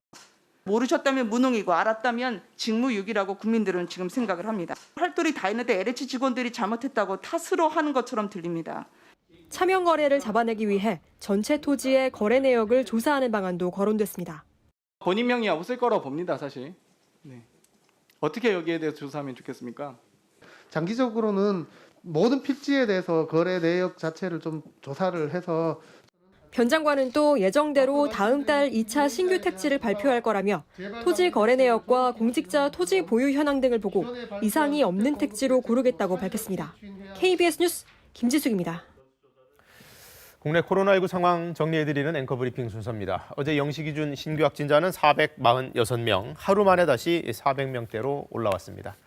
지역별로 보면 요새 계속 경기 지역이 제일 많습니다. 그 다음이 서울이고 또 광주 등의 순서입니다.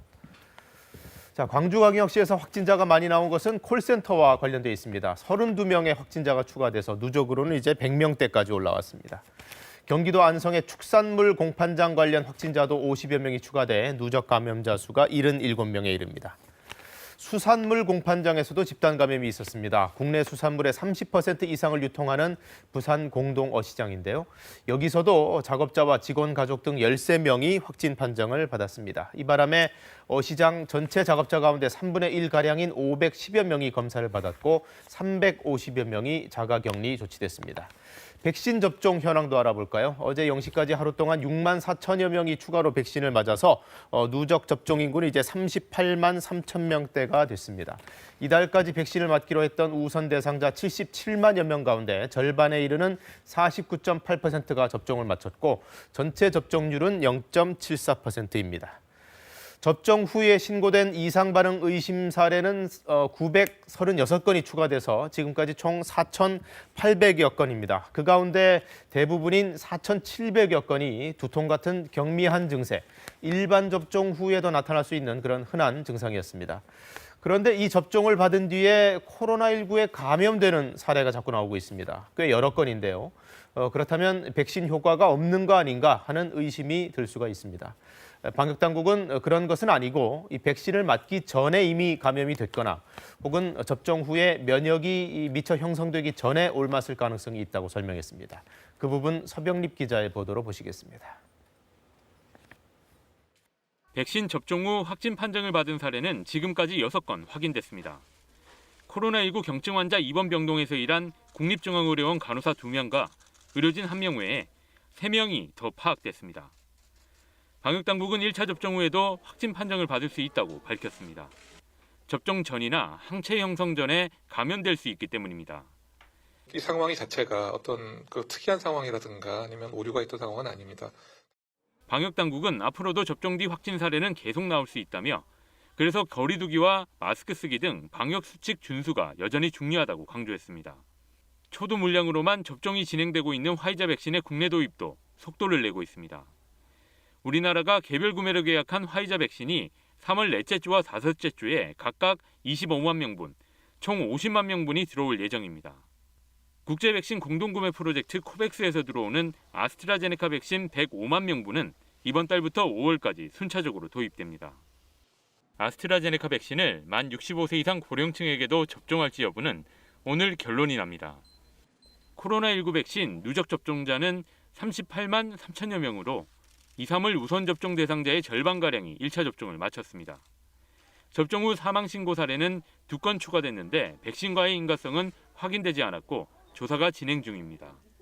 한편 방역당국은 전북 김제의 한 병원에서 냉장고 고장으로 아스트라제네카 백신 140명분의 보관 온도가 이탈한 것과 관련해 일단 사용을 중지하고 폐기 여부를 전문가와 상의할 거라고 설명했습니다. KBS 뉴스 서병립입니다. 일본에서는 신규 확진자가 좀 줄어드는가 싶더니만 다시 1,000명대로 늘었습니다. 7월 개최 예정인 올림픽에 해외 일반 관객은 받지 않을 거란 소식도 나오고 있는데요. 보도에 황동진 기자입니다. 그제 600명까지 줄었던 일본의 신규 확진자 수가 어제 다시 1,000명을 넘었습니다. NHK는 어제 저녁 6시 반 기준으로 코로나19 신규 확진자 수가 1,128명이라고 밝혔습니다. 최근 며칠 감소세였던 확진자 수가 다시 증가세로 돌아선 것으로 보입니다. 이에 따라 누적 확진자 수도 44만 2,400명을 넘었습니다. 1일 사망자도 어제 저녁 현재 58명이 늘어 누적 사망자가 8,379명입니다.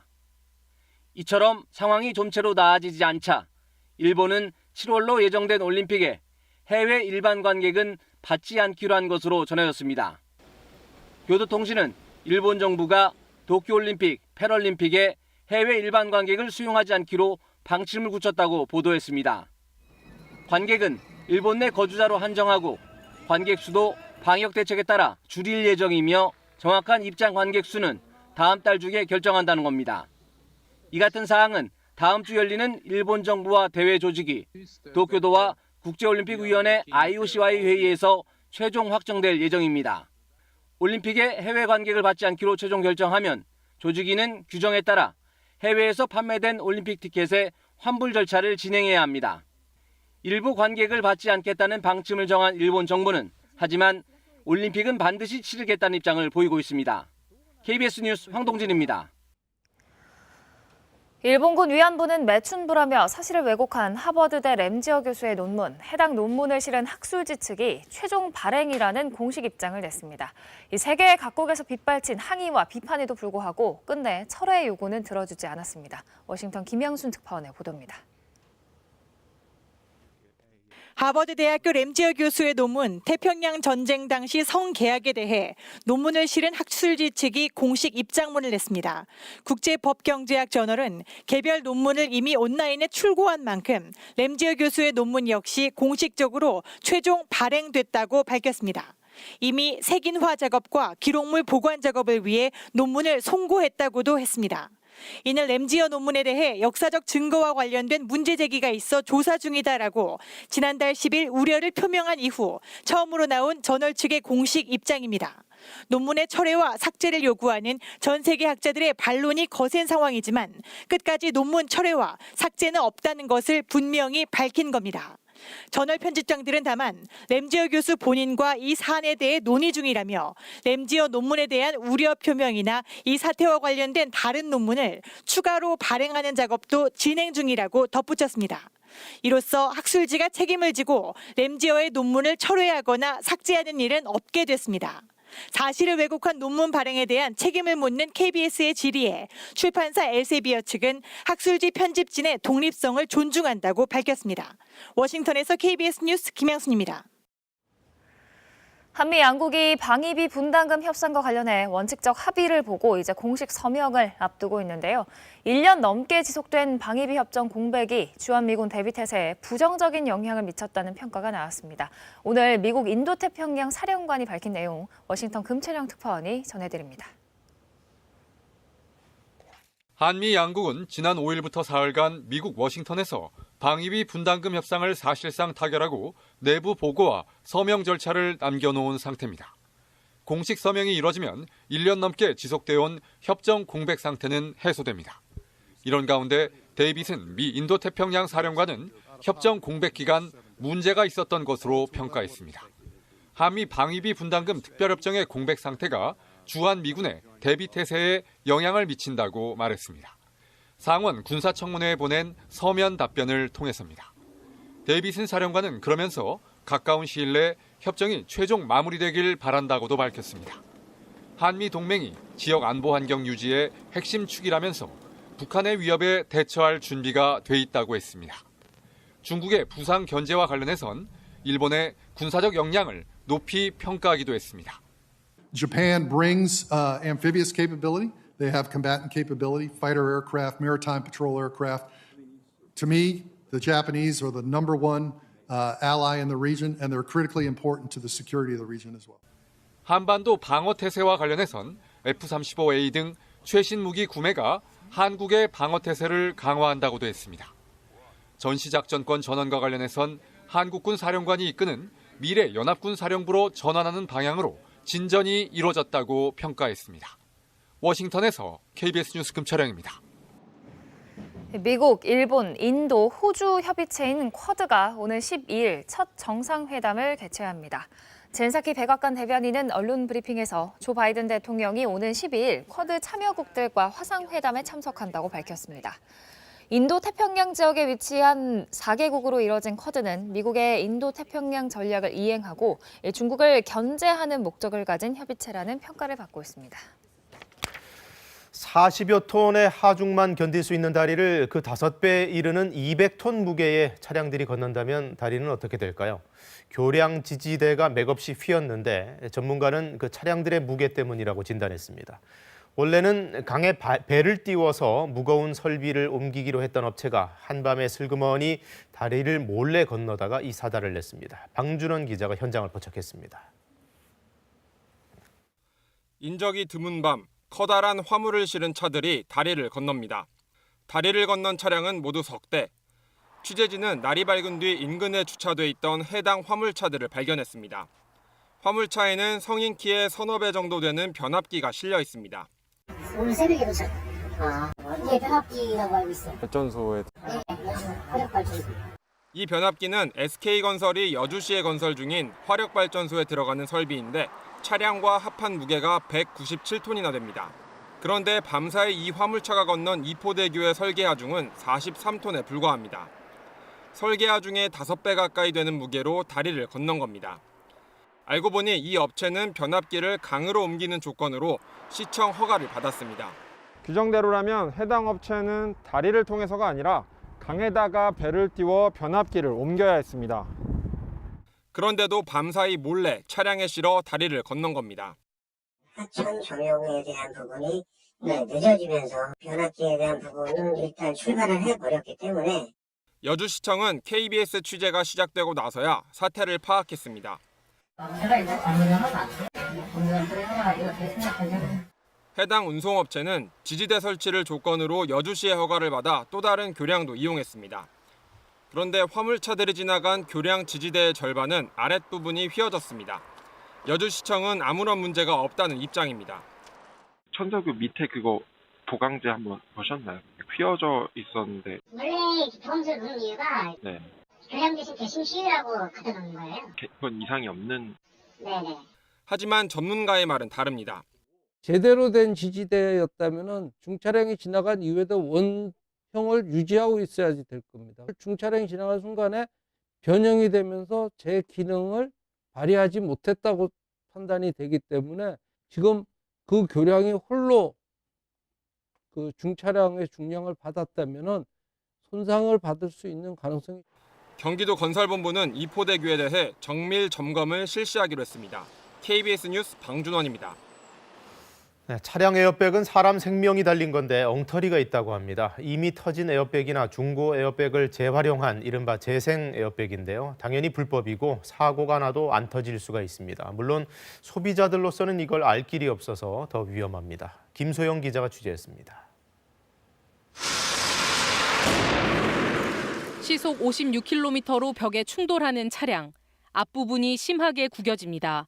충격은 실험용 인형에게 고스란히 전해지고 운전대에 얼굴이 강하게 부딪힌 다음 목이 꺾이면서 머리까지 다칩니다. 하지만 에어백은 터지지 않습니다. 재생 에어백입니다. 에어백을 전개시키는 ACU라는 장치가 이 중고 에어백을 인식하지 못해서 충돌 사고가 났음에도 불구하고 에어백을 정상적으로 전개시키지 못한 것입니다. 정상적인 에어백은 충격을 감지하면 압축가스가 터지며 부풀어 오릅니다. 에어백은 한번 펼쳐지고 나면 다시 쓸 수 없는 일회용품으로 새 걸로 갈아 끼워야 합니다. 하지만 소비자원이 SNS 등의 광고 중인 업체 4곳에 재생 에어백을 문의했더니 모두 설치할 수 있다는 답변이 왔습니다. 이미 터진 에어백을 다시 접어 접착제 등으로 덮개를 복원하거나 폐차할 차량에서 에어백만 떼낸 뒤 다른 차에 다는 방식입니다. 모두 자동차 관리법 위반입니다. 비용은 평균 50만 원 정도로 정품 에어백의 절반도 안 되는데 정작 소비자들은 정품인지 재생품인지 알 수 없어 더 문제입니다.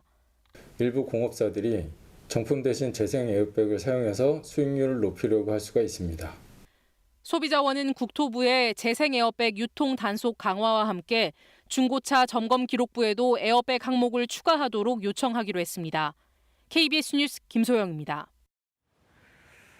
어제 2%대로 하락했던 뉴욕 나스닥 지수가 오늘 다시 4% 이상 크게 올랐습니다. 미 증시의 변동성이 커지는 가운데 한동안 주춤했던 비트코인은 다시 오름폭을 키우고 있는데요. 뉴욕 한보경 특파원이 보도합니다. 어제 2.4% 넘게 급락했던 대형 기술주 중심의 나스닥 지수가 오늘은 4% 가깝게 상승하며 장을 마쳤습니다.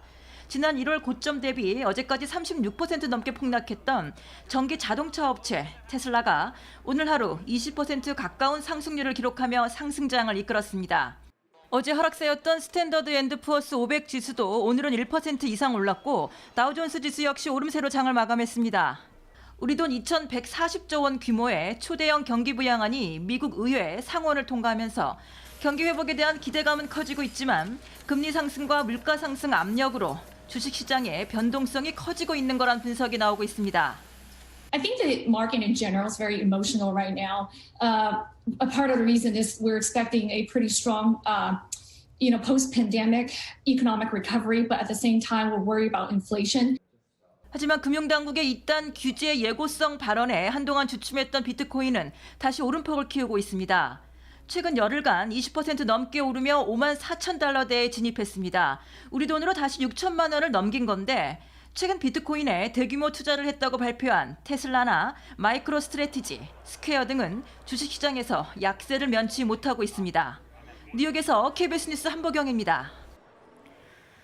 경제협력개발기구 OECD가 올해 우리나라 경제 성장률을 3.3%로 전망했습니다. 종전보다 0.5%포인트 높인 전망치로 코로나 이전 수준을 회복할 걸로 내다봤는데요. 그 이유를 서영민 기자가 전해드립니다. OECD가 예상한 우리나라의 올해 성장률은 3.3%입니다. 지난번 전망인 2.8%보다 0.5%포인트 높아진 건데 우리 정부 전망인 3.2%는 물론 IMF의 3.1%보다도 높습니다. 수치 상향의 가장 큰 이유는 주요국의 성장세 확대였습니다. 특히 미국 영향이 컸습니다. 바이든 행정부의 1.9조 달러에 달하는 막대한 부양책이 미국 경제 성장률을 높이고 이 효과가 우리나라 같은 주요 교역 상대국의 성장률까지 높이는 효과를 낼 거란 이유에서입니다. 실제로 OECD는 미국 성장률을 종전의 3.2%에서 6.5%로 2배 넘게 높여 잡았습니다. 정부는 이외에도 최근 지속해서 개선되는 우리 수출 실적과 추경 같은 정부 부양책의 효과가 긍정적인 요소로 반영됐다고 풀이했습니다. OECD 예상대로라면 지난해 마이너스 1% 역성장한 우리 경제는 올해 3%대 성장으로 코로나 이전의 실질 GDP 규모를 넘어서게 됩니다. OECD에서 올해 코로나 이전의 경제 규모를 회복하는 나라는 우리나라를 포함해 미국과 호주, 터키 단 4개뿐입니다. 다만 내년 성장률은 기존의 3.4%에서 0.3%포인트 낮아진 3.1%로 나타났습니다. 올해 성장률이 높아짐에 따른 역기저 효과로 내년은 낮춘 것으로 보인다는 게 정부 분석입니다. 우리나라뿐만 아니라 세계 전체 성장 전망도 5.6%로 종전 대비 1.4%포인트 높아졌습니다. OECD는 세계적인 백신 접종의 확대와 국가별 재정 부양책을 긍정적인 요인으로 세계적인 규모의 인플레이션이나 신흥국에서의 자본 유출 등 금융 요인을 부정적인 요인으로 꼽았습니다. KBS 뉴스 서영민입니다. 갈수록 봄 기운이 더해지면서 광주에는 이렇게 매화가 활짝 피었습니다. 오늘도 한낮에는 완연한 봄 날씨를 느낄 수 있겠는데요. 서울과 진주의 낮 기온 17도, 광주는 20도까지 오르겠습니다. 일교차가 15도 안팎으로 크게 벌어지니까요. 옷차림에 신경 쓰셔야겠습니다. 대기가 정체되는 데다가 국외에서 미세먼지까지 유입되면서 오늘 서쪽 지역을 중심으로는 공기가 탁하겠습니다. 지금 수도권과 강원 지역, 충남과 영남 지역에서는 초미세먼지 농도 나쁨 단계를 보이고 있는데요. 앞으로 충북 지역과 전북, 광주에서도 초미세먼지 농도 나쁨 단계 예상됩니다. 먼지와 안개가 뒤엉키면서 가시거리도 짧습니다. 특히 수도권은 1km 안팎으로 앞차와의 간격 넉넉하게 두셔야겠고요. 안개는 빠르게 사라지겠지만 그래도 미세먼지가 남아있어서 곳곳에 연무가 끼는 곳이 있겠습니다. 현재 기온 살펴보겠습니다. 어제와 기온이 비슷합니다. 서울이 1.8도, 전주가 1.1도, 진주는 2.1도 가리키고 있고요. 한낮에는 기온이 쑥쑥 오르면서 서울 17도, 강릉 12도, 대구 15도 예상됩니다. 날씨 정보 전해드렸습니다. 코로나19 때문에 생이별을 해야 했던 가족들이 많은데 그중에서도 가장 긴 시간 서로를 볼 수 없었던 가족들, 바로 요양병원 입원 환자와 그 보호자들일 겁니다. 이제 조금씩 조심스럽게 일부 제한이 풀리고 있는데 그 상봉 현장을 김민혁 기자가 다녀왔습니다. 1년 2개월 만에 만나는 아내와 누나. 손꼽아 기다린 바로 그날입니다. 얼굴엔 긴장감이 가득합니다. 안녕. 가족을 보는 순간 참았던 눈물이 터져 나옵니다. 아니야, 울지 마. 괜찮아. 가림막 너머 불과 1m 앞에 있는 가족. 나는 누나 보고 싶었지. 누나도 보고 싶었어. 그러나 손 한 번 잡아볼 수 없습니다. 손을 못 잡아. 근데 지금 얼굴력도 볼 수 있으니까 너무 좋은 거야. 조금만 참으면 날마다 올게. 환기가 잘 되는 곳에서 칸막이를 사이에 두고 발열 체크를 한 뒤에야 비접촉 면회가 가능합니다. 오랜만에 밥 한 끼 같이 하고 싶지만 안타깝게도 식사는 금지 사항입니다. 손도 못 잡아보고 그 밖에서 그냥 손으로만 한다는 게 겪어보지 않으신 분들은 모를 거예요. 가족을 1년 넘게 못 본다는 거를. 병원까지 와 있어서 제가 못 해주니까 많이 안타까워요. 중단됐던 접촉 면회도 제한적으로나마 다시 시작됐습니다. 이 경우 감염 확산을 막기 위해서 이처럼 1인실이나 별도의 독립된 공간을 활용해야 합니다. 접촉 면회는 조건이 더 까다롭습니다. 면회자 본인이 코로나19 음성이란 걸 증명해야 합니다.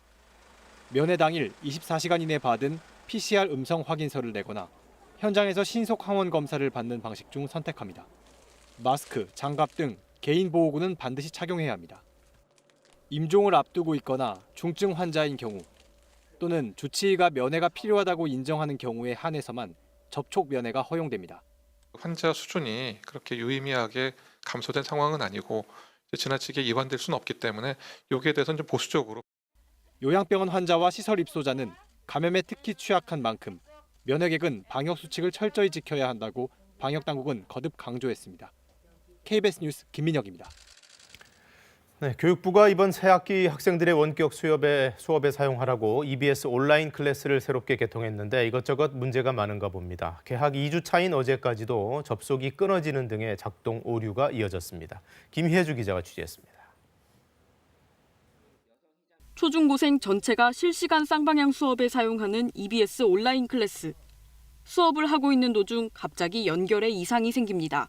지금 뭔가 또 불안정한 것 같긴 한데. 잠시 뒤 학생들이 자신도 모르는 사이 방에서 나왔다는 메시지가 뜹니다. 튕겼다가 다시 들어오는 경우가 조금 잦았고요. 갑자기 그 화면이 축소됐다가 확대됐다가 이런 현상이 계속 수업 중에 계속 발생을 했었거든요. 또 다른 학교. 원격 수업 중에 교사가 화면을 전환했지만 제대로 이행되지 않아 일부 학생들은 볼 수가 없습니다. 선생님은 페이지를 넘어갔는데 이렇게 보였고 이렇게 보였다는 거지. EBS 온라인 클래스의 경우 개학 첫날부터 크고 작은 오류가 발생했고 지난 3일과 4일에는 아예 한때 먹통이 되기도 했습니다. 개학 2주가 지난 지금도 접속이 원활하지 않거나 일부 기능이 제대로 작동되지 않고 있습니다. 계속 아이들한테 미안하다고 해요.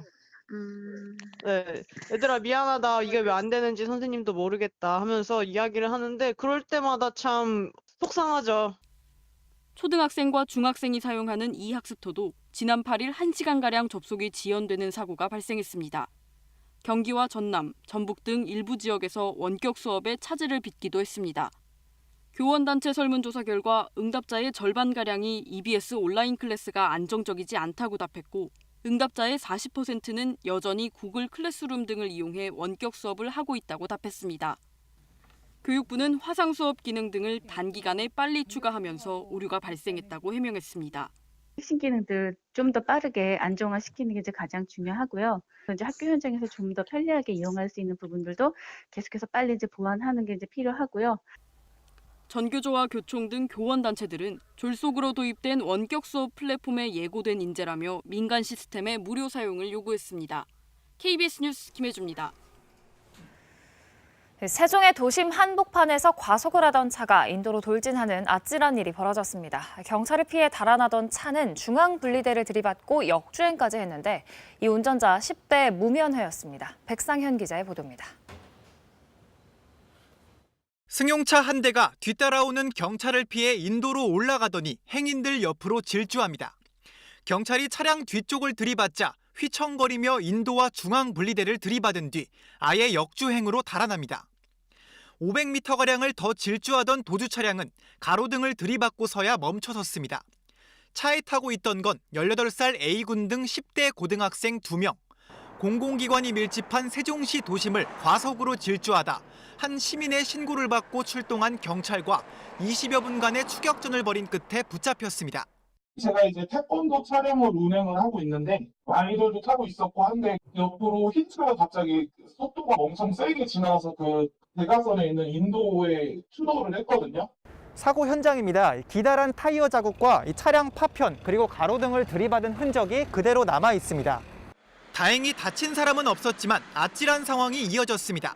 무면허 운전자인 A군은 차량 대여 어플을 통해 20대 지인이 빌린 렌터카를 돈을 주기로 하고 지인에게서 다시 빌려 대전과 세종 충남 일대에서 몰았습니다.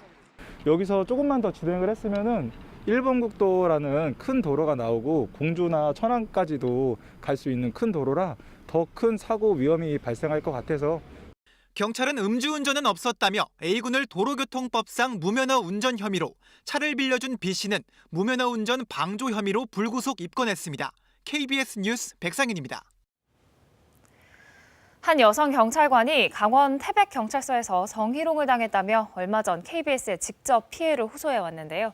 이 경찰 내부망에도 도와주세요라는 글을 올렸습니다. 파문이 커지자 경찰청은 해당 사건을 직접 조사해 엄중 조치하겠다며 공식 입장을 냈습니다. 박성은 기자입니다. 실습 5일차 여경 휴게실 사물함 안에 있던 자신의 속옷 사이에 장미꽃이 놓여 있었다. 자신을 둘러싸고 있지도 않은 사실과 성희롱성 발언이 나돌았다. 경찰 생활 3년 차에 접어든 여성이 경찰 내부 전자통신망에 올린 도와주세요라는 글 일부분입니다. 특히 이 글에는 순찰차 안에서 상관과의 신체 접촉이 있었지만 실습생 신분이라 참고 따랐다라는 등 성추행 피해를 연상시키는 내용도 담겨 있습니다. 너 근데 소문이 너무 안 좋더라. 너 어떻게 하려고 그러냐. 네가 남자애들 그렇게 다 만들어 놓은 거고 행동을 그렇게 하니까 그렇게 된 거다. 라고 해서 이 글은 조회수만 5만 건이 넘었고 댓글도 900개가 넘게 달렸습니다. 댓글은 힘내세요. 피해자의 보호가 우선입니다 등 해당 여경을 응원하는 내용이 상당수입니다. 경찰청은 내부전자통신망에 강원 태백서 성희롱 사건 관련 드리는 글이라는 제목의 입장문을 내놨습니다. 이 사건을 신속히 조사해 책임이 확인되면 지위 고하를 막론하고 엄중 조치하겠다라고 밝혔습니다. 또 태백경찰서의 조직문화 전반과 사건 처리 과정에 대해 진단을 실시해 피해자 인권 보장의 관점에서 구체적인 개선 방안을 제시하겠다라고 덧붙였습니다. 노출되지 않았던 어떤 추가 피해 부분도 저희도 이제 심각성을 충분히 알고요. 예, 이 부분에 대해서도 정말 광범위하게 지금 저희가 확인하고 조사를 하겠습니다. 취재 결과 경찰청은 이미 현지에 조사관을 파견해 이 사건 관련자들에 대한 조사에 착수한 것으로 확인됐습니다. KBS 뉴스 박성훈입니다. 부산의 한 산부인과에서 벌어진 일이죠. 신생아를 내동댕이 치는 등 학대해 의식불명 상태에 빠지게 한 사건에 대해 첫 재판이 열렸습니다. 간호사는 과실치상 혐의를 전면 부인했는데 부모는 사과 한마디를 못 들었다며 가슴을 쳤습니다. 정민규 기자의 보도입니다. 부산의 한 산부인과 신생아실. 간호사가 갓난아기를 높게 들어 내동댕이 치듯 내려놓고 한 손으로 다리를 잡아 거꾸로 들어올립니다. 영상에 나오는 이 아기, 아영이는 태어난 지 닷새 만에 두개골이 골절돼 500일이 넘도록 의식을 찾지 못하고 있습니다. 검찰은 지난해 12월 신생아들을 상습 학대한 혐의 등으로 간호사 1명을 구속 기소했습니다. 병원장과 간호조무사는 아동복지법 위반 혐의로 불구속 기소했습니다. 첫 재판이 열린 부산지법. 검찰 측은 피고인이 아영이를 함부로 다루다 놓쳐 아기가 골절상을 입었다고 수사 결과를 설명하고 과실치상 혐의를 적용했습니다.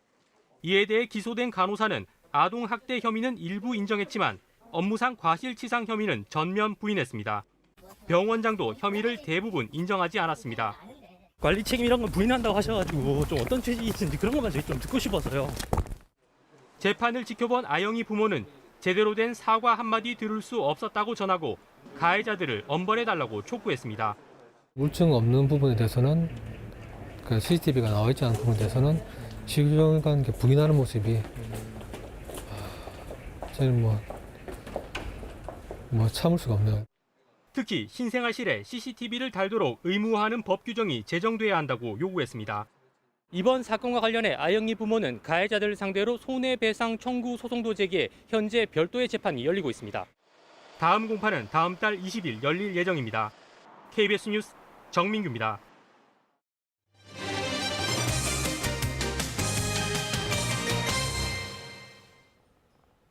오세훈 국민의힘 서울시장 후보가 어젯밤 KBS 9시 뉴스에 출연해 공약과 현안에 대한 입장을 밝혔습니다. 국민의당 안철수 대표와의 단일화에 관련해서는 결국 여론조사가 될 가능성이 크다며 진전된 입장을 보였고, 윤석열 전 검찰총장에 대해선 대권 행보를 하게 되면 본인과 가장 궁합이 맞을 것이라고 말했습니다. 김수영 기자입니다. 10년 만에 서울시장 도전에 나선 국민의힘 오세훈 서울시장 후보. 후보 단일화에 대해 기존 입장에서 한 발 나아간 견해를 밝혔습니다. 국민의당 안철수 후보 측이 주장해온 100% 여론조사에 대해 전향적 답변을 내놨습니다. 어떤 방법이 채택될지는 아직 아무도 모르지만 결과적으로 최근에 가장 많이 쓰는 일반 시민 여론조사 경선이 될 확률이 높다고는 저도 생각을 합니다. 후보 기호나 여론조사 문항 등 구체적인 방법론에 대해서도 협상을 서두르겠다고 했습니다. 2번이냐 4번이냐 또 뭐 경쟁력 조사냐 적합도 조사냐, 근데 그런 거 가지고 시간 끌고 오래 걸리면 아마 그 민주당 후보가 바라는 걸 원치 않으시는 문재인 정부에 대해서 분노하시는 시민들은 정말 걱정하실 거다. 서울시 부동산 정책에 있어선 재개발 재건축 규제를 풀어 주택 공급을 늘리겠다는 입장을 분명히 했습니다. 구독이 무서워하면 장 못 먹습니다. 그런 의미에서 들어가자마자 도시계획위원회부터 열고 해서 바로바로 할 수 있는 일들이 얼마든지 있습니다. 윤석열 전 검찰총장에 대해선 말하기 조심스럽다면서도 러브콜을 보냈습니다. 제 희망사항을 말씀을 드리면 윤석열 전 검찰총장께서 만약에 대권 행보를 하시게 된다면 아마 서울시장 오세훈과 가장 잘 궁합이 맞지 않을까. 더불어민주당 천준호 의원이 제기한 과거 내곡동 투기 의혹에 대해서는 이미 10년 전에 끝난 논란을 다시 꺼내든 것이라고 반박했습니다. 차기 서울시장의 최우선 과제로는 코로나19로 고통받고 있는 중소자영업자를 위해 사회적 거리 두기에 업종별 매뉴얼을 만들겠다고 밝혔습니다. KBS 뉴스 김수연입니다. 월성원전 1호기 자료를 삭제한 혐의 등으로 기소된 산업부 공무원들에 대한 첫 재판이 어제 열렸습니다. 검찰과 피고인 측이 날선 신경전을 벌였는데요. 피고인 측은 삭제한 자료 대부분이 임시 자료에 불과하다며 혐의 일부를 부인했습니다. 성용희 기자가 보도합니다. 월성원전 1호기 관련 자료 530건을 삭제한 혐의 등으로 지난해 말 기소된 산업부 공무원 3명에 대한 첫 재판. 검찰과 피고인 측은 삭제 자료에 대한 성격을 놓고 팽팽한 신경전을 벌였습니다. 피고인 측은 검찰에서 증거자료 열람과 복사 일정이 늦어져 사건을 제대로 검토하지 못했다고 항변했습니다.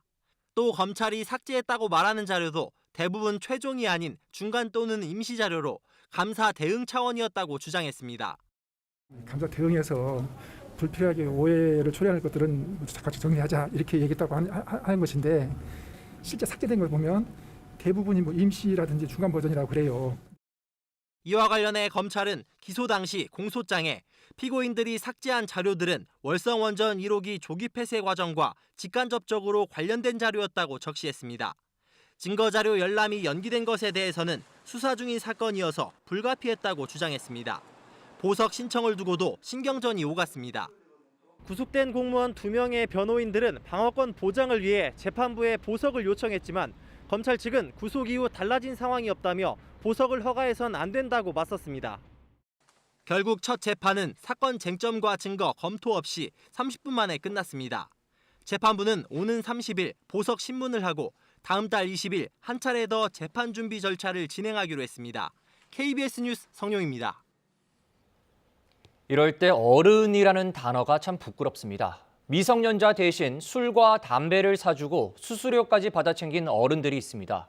구매 대행 품목에는 성인용품까지 있었는데요.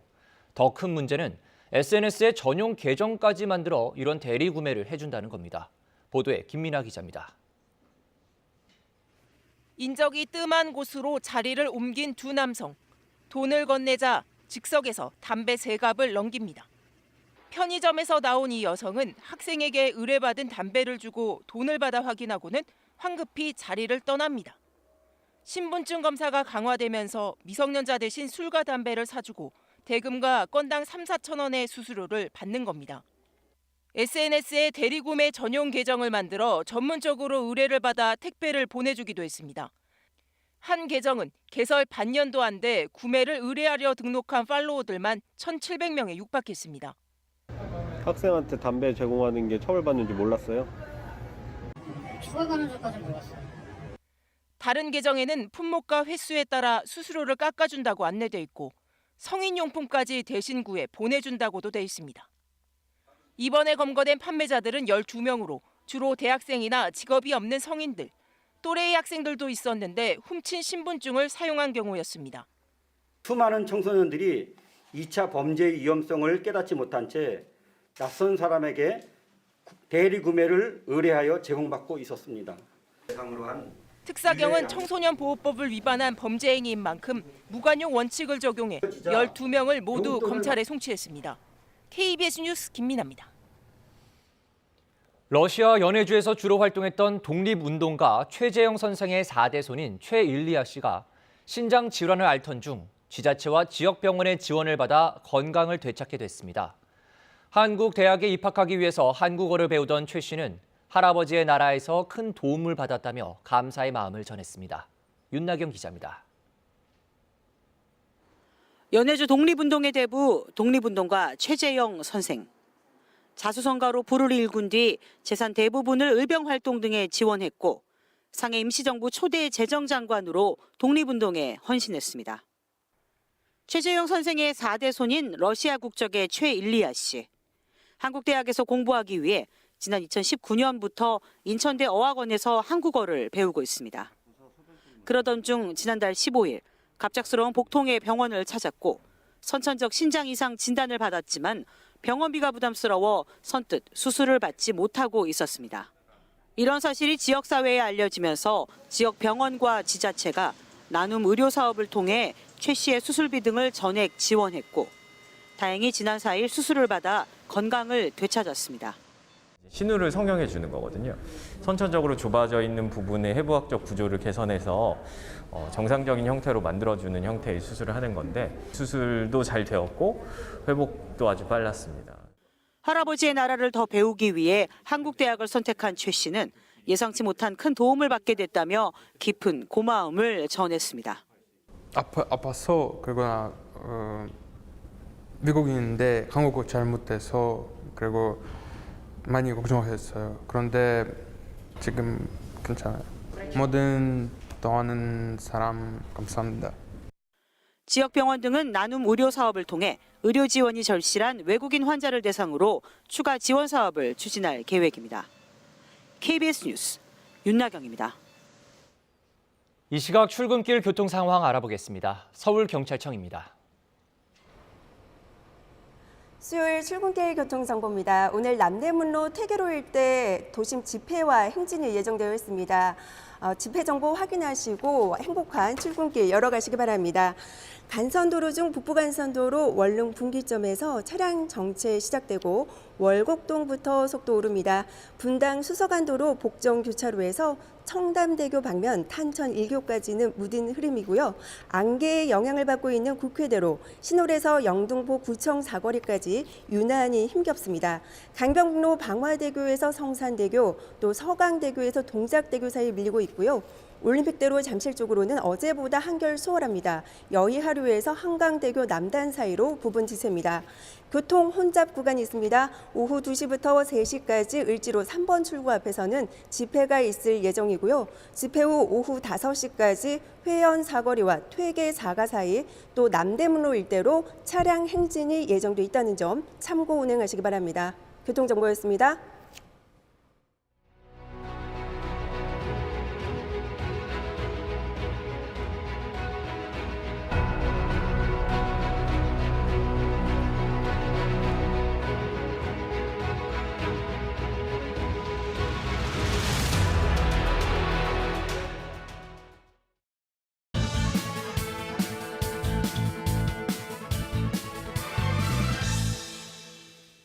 LH 직원들의 신도시 투기 의혹에 대해 경찰이 강제 수사 절차에 들어갔습니다. 경찰은 경남 진주의 LH 본사와 과천 시흥사업본부를 압수수색해 자료를 확보했습니다. 관련 직원 10여 명의 집도 압수수색하고 출국 금지했습니다. 이른바 셀프 조사가 갖는 한계, 그리고 증거인멸에 대한 우려가 확산 중인 가운데 나온 첫 조치입니다. 때맞춰 수사 주체도 국세청, 금융위 등이 포함된 정부합동 특별수사본부로 격상됐습니다. 지금까지 나타난 3기 신도시 예정지 투기는 공동으로 땅을 사들여 보상을 받을 수 있도록 지분을 쪼개는 방식입니다. 이 과정에서 허위로 토지 이용 계획서를 제출하고 수십억 원씩 대출을 받은 사실도 드러났습니다. 농사를 짓겠다며 산 땅에는 이름도 생소한 묘목을 줄지어 심은 것도 여럿 발견됐습니다.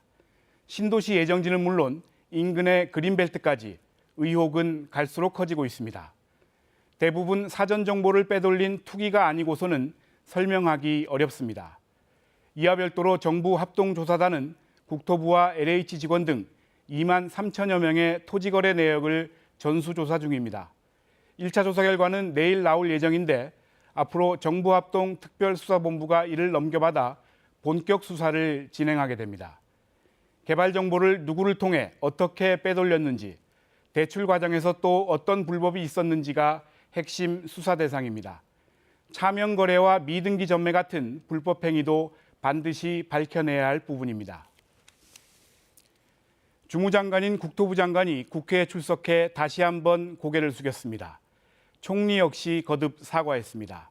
부동산 정책이 신뢰의 위기에 서 있다는 얘기입니다. 우리 사회 공정이 무너지고 있다는 민심의 목소리도 커지고 있습니다. 무너진 신뢰를 회복하는 길은 철저한 수사로 땅 투기의 전모를 밝히는 것뿐입니다. 의혹이 갈수록 커지는 만큼 현재의 8개 예정지구뿐 아니라 전국으로 수사 대상을 확대하는 문제도 시급해 보입니다. 뉴스 해설이었습니다. 오늘 한낮에는 어제보다 날이 더 따뜻하겠습니다. 서울과 진주의 낮 기온 17도, 광주는 20도까지 오르겠고요. 일교차가 15도 이상 크게 벌어지는 만큼 건강관리 잘해주셔야겠습니다. 대기가 정체되는 데다가 국외에서 미세먼지까지 유입되면서 오늘 서쪽 지역을 중심으로는 공기가 탁하겠습니다. 지금 수도권과 강원 지역, 충남과 영남 지역에서는 초미세먼지 농도 나쁜 단계 보이고 있는데요. 충북 지역과 전북, 광주도 오늘 초미세먼지 농도 나쁨 수준 예상됩니다. 먼지와 안개가 뒤엉키면서 가시거리가 짧은 곳도 있습니다. 수도권 지역은 하늘이 뿌여니까요. 앞차와의 간격 넉넉하게 두셔야겠습니다. 안개는 사라지겠지만 미세먼지는 그대로 남아있어서 곳곳에 연무가 끼는 곳도 있겠습니다.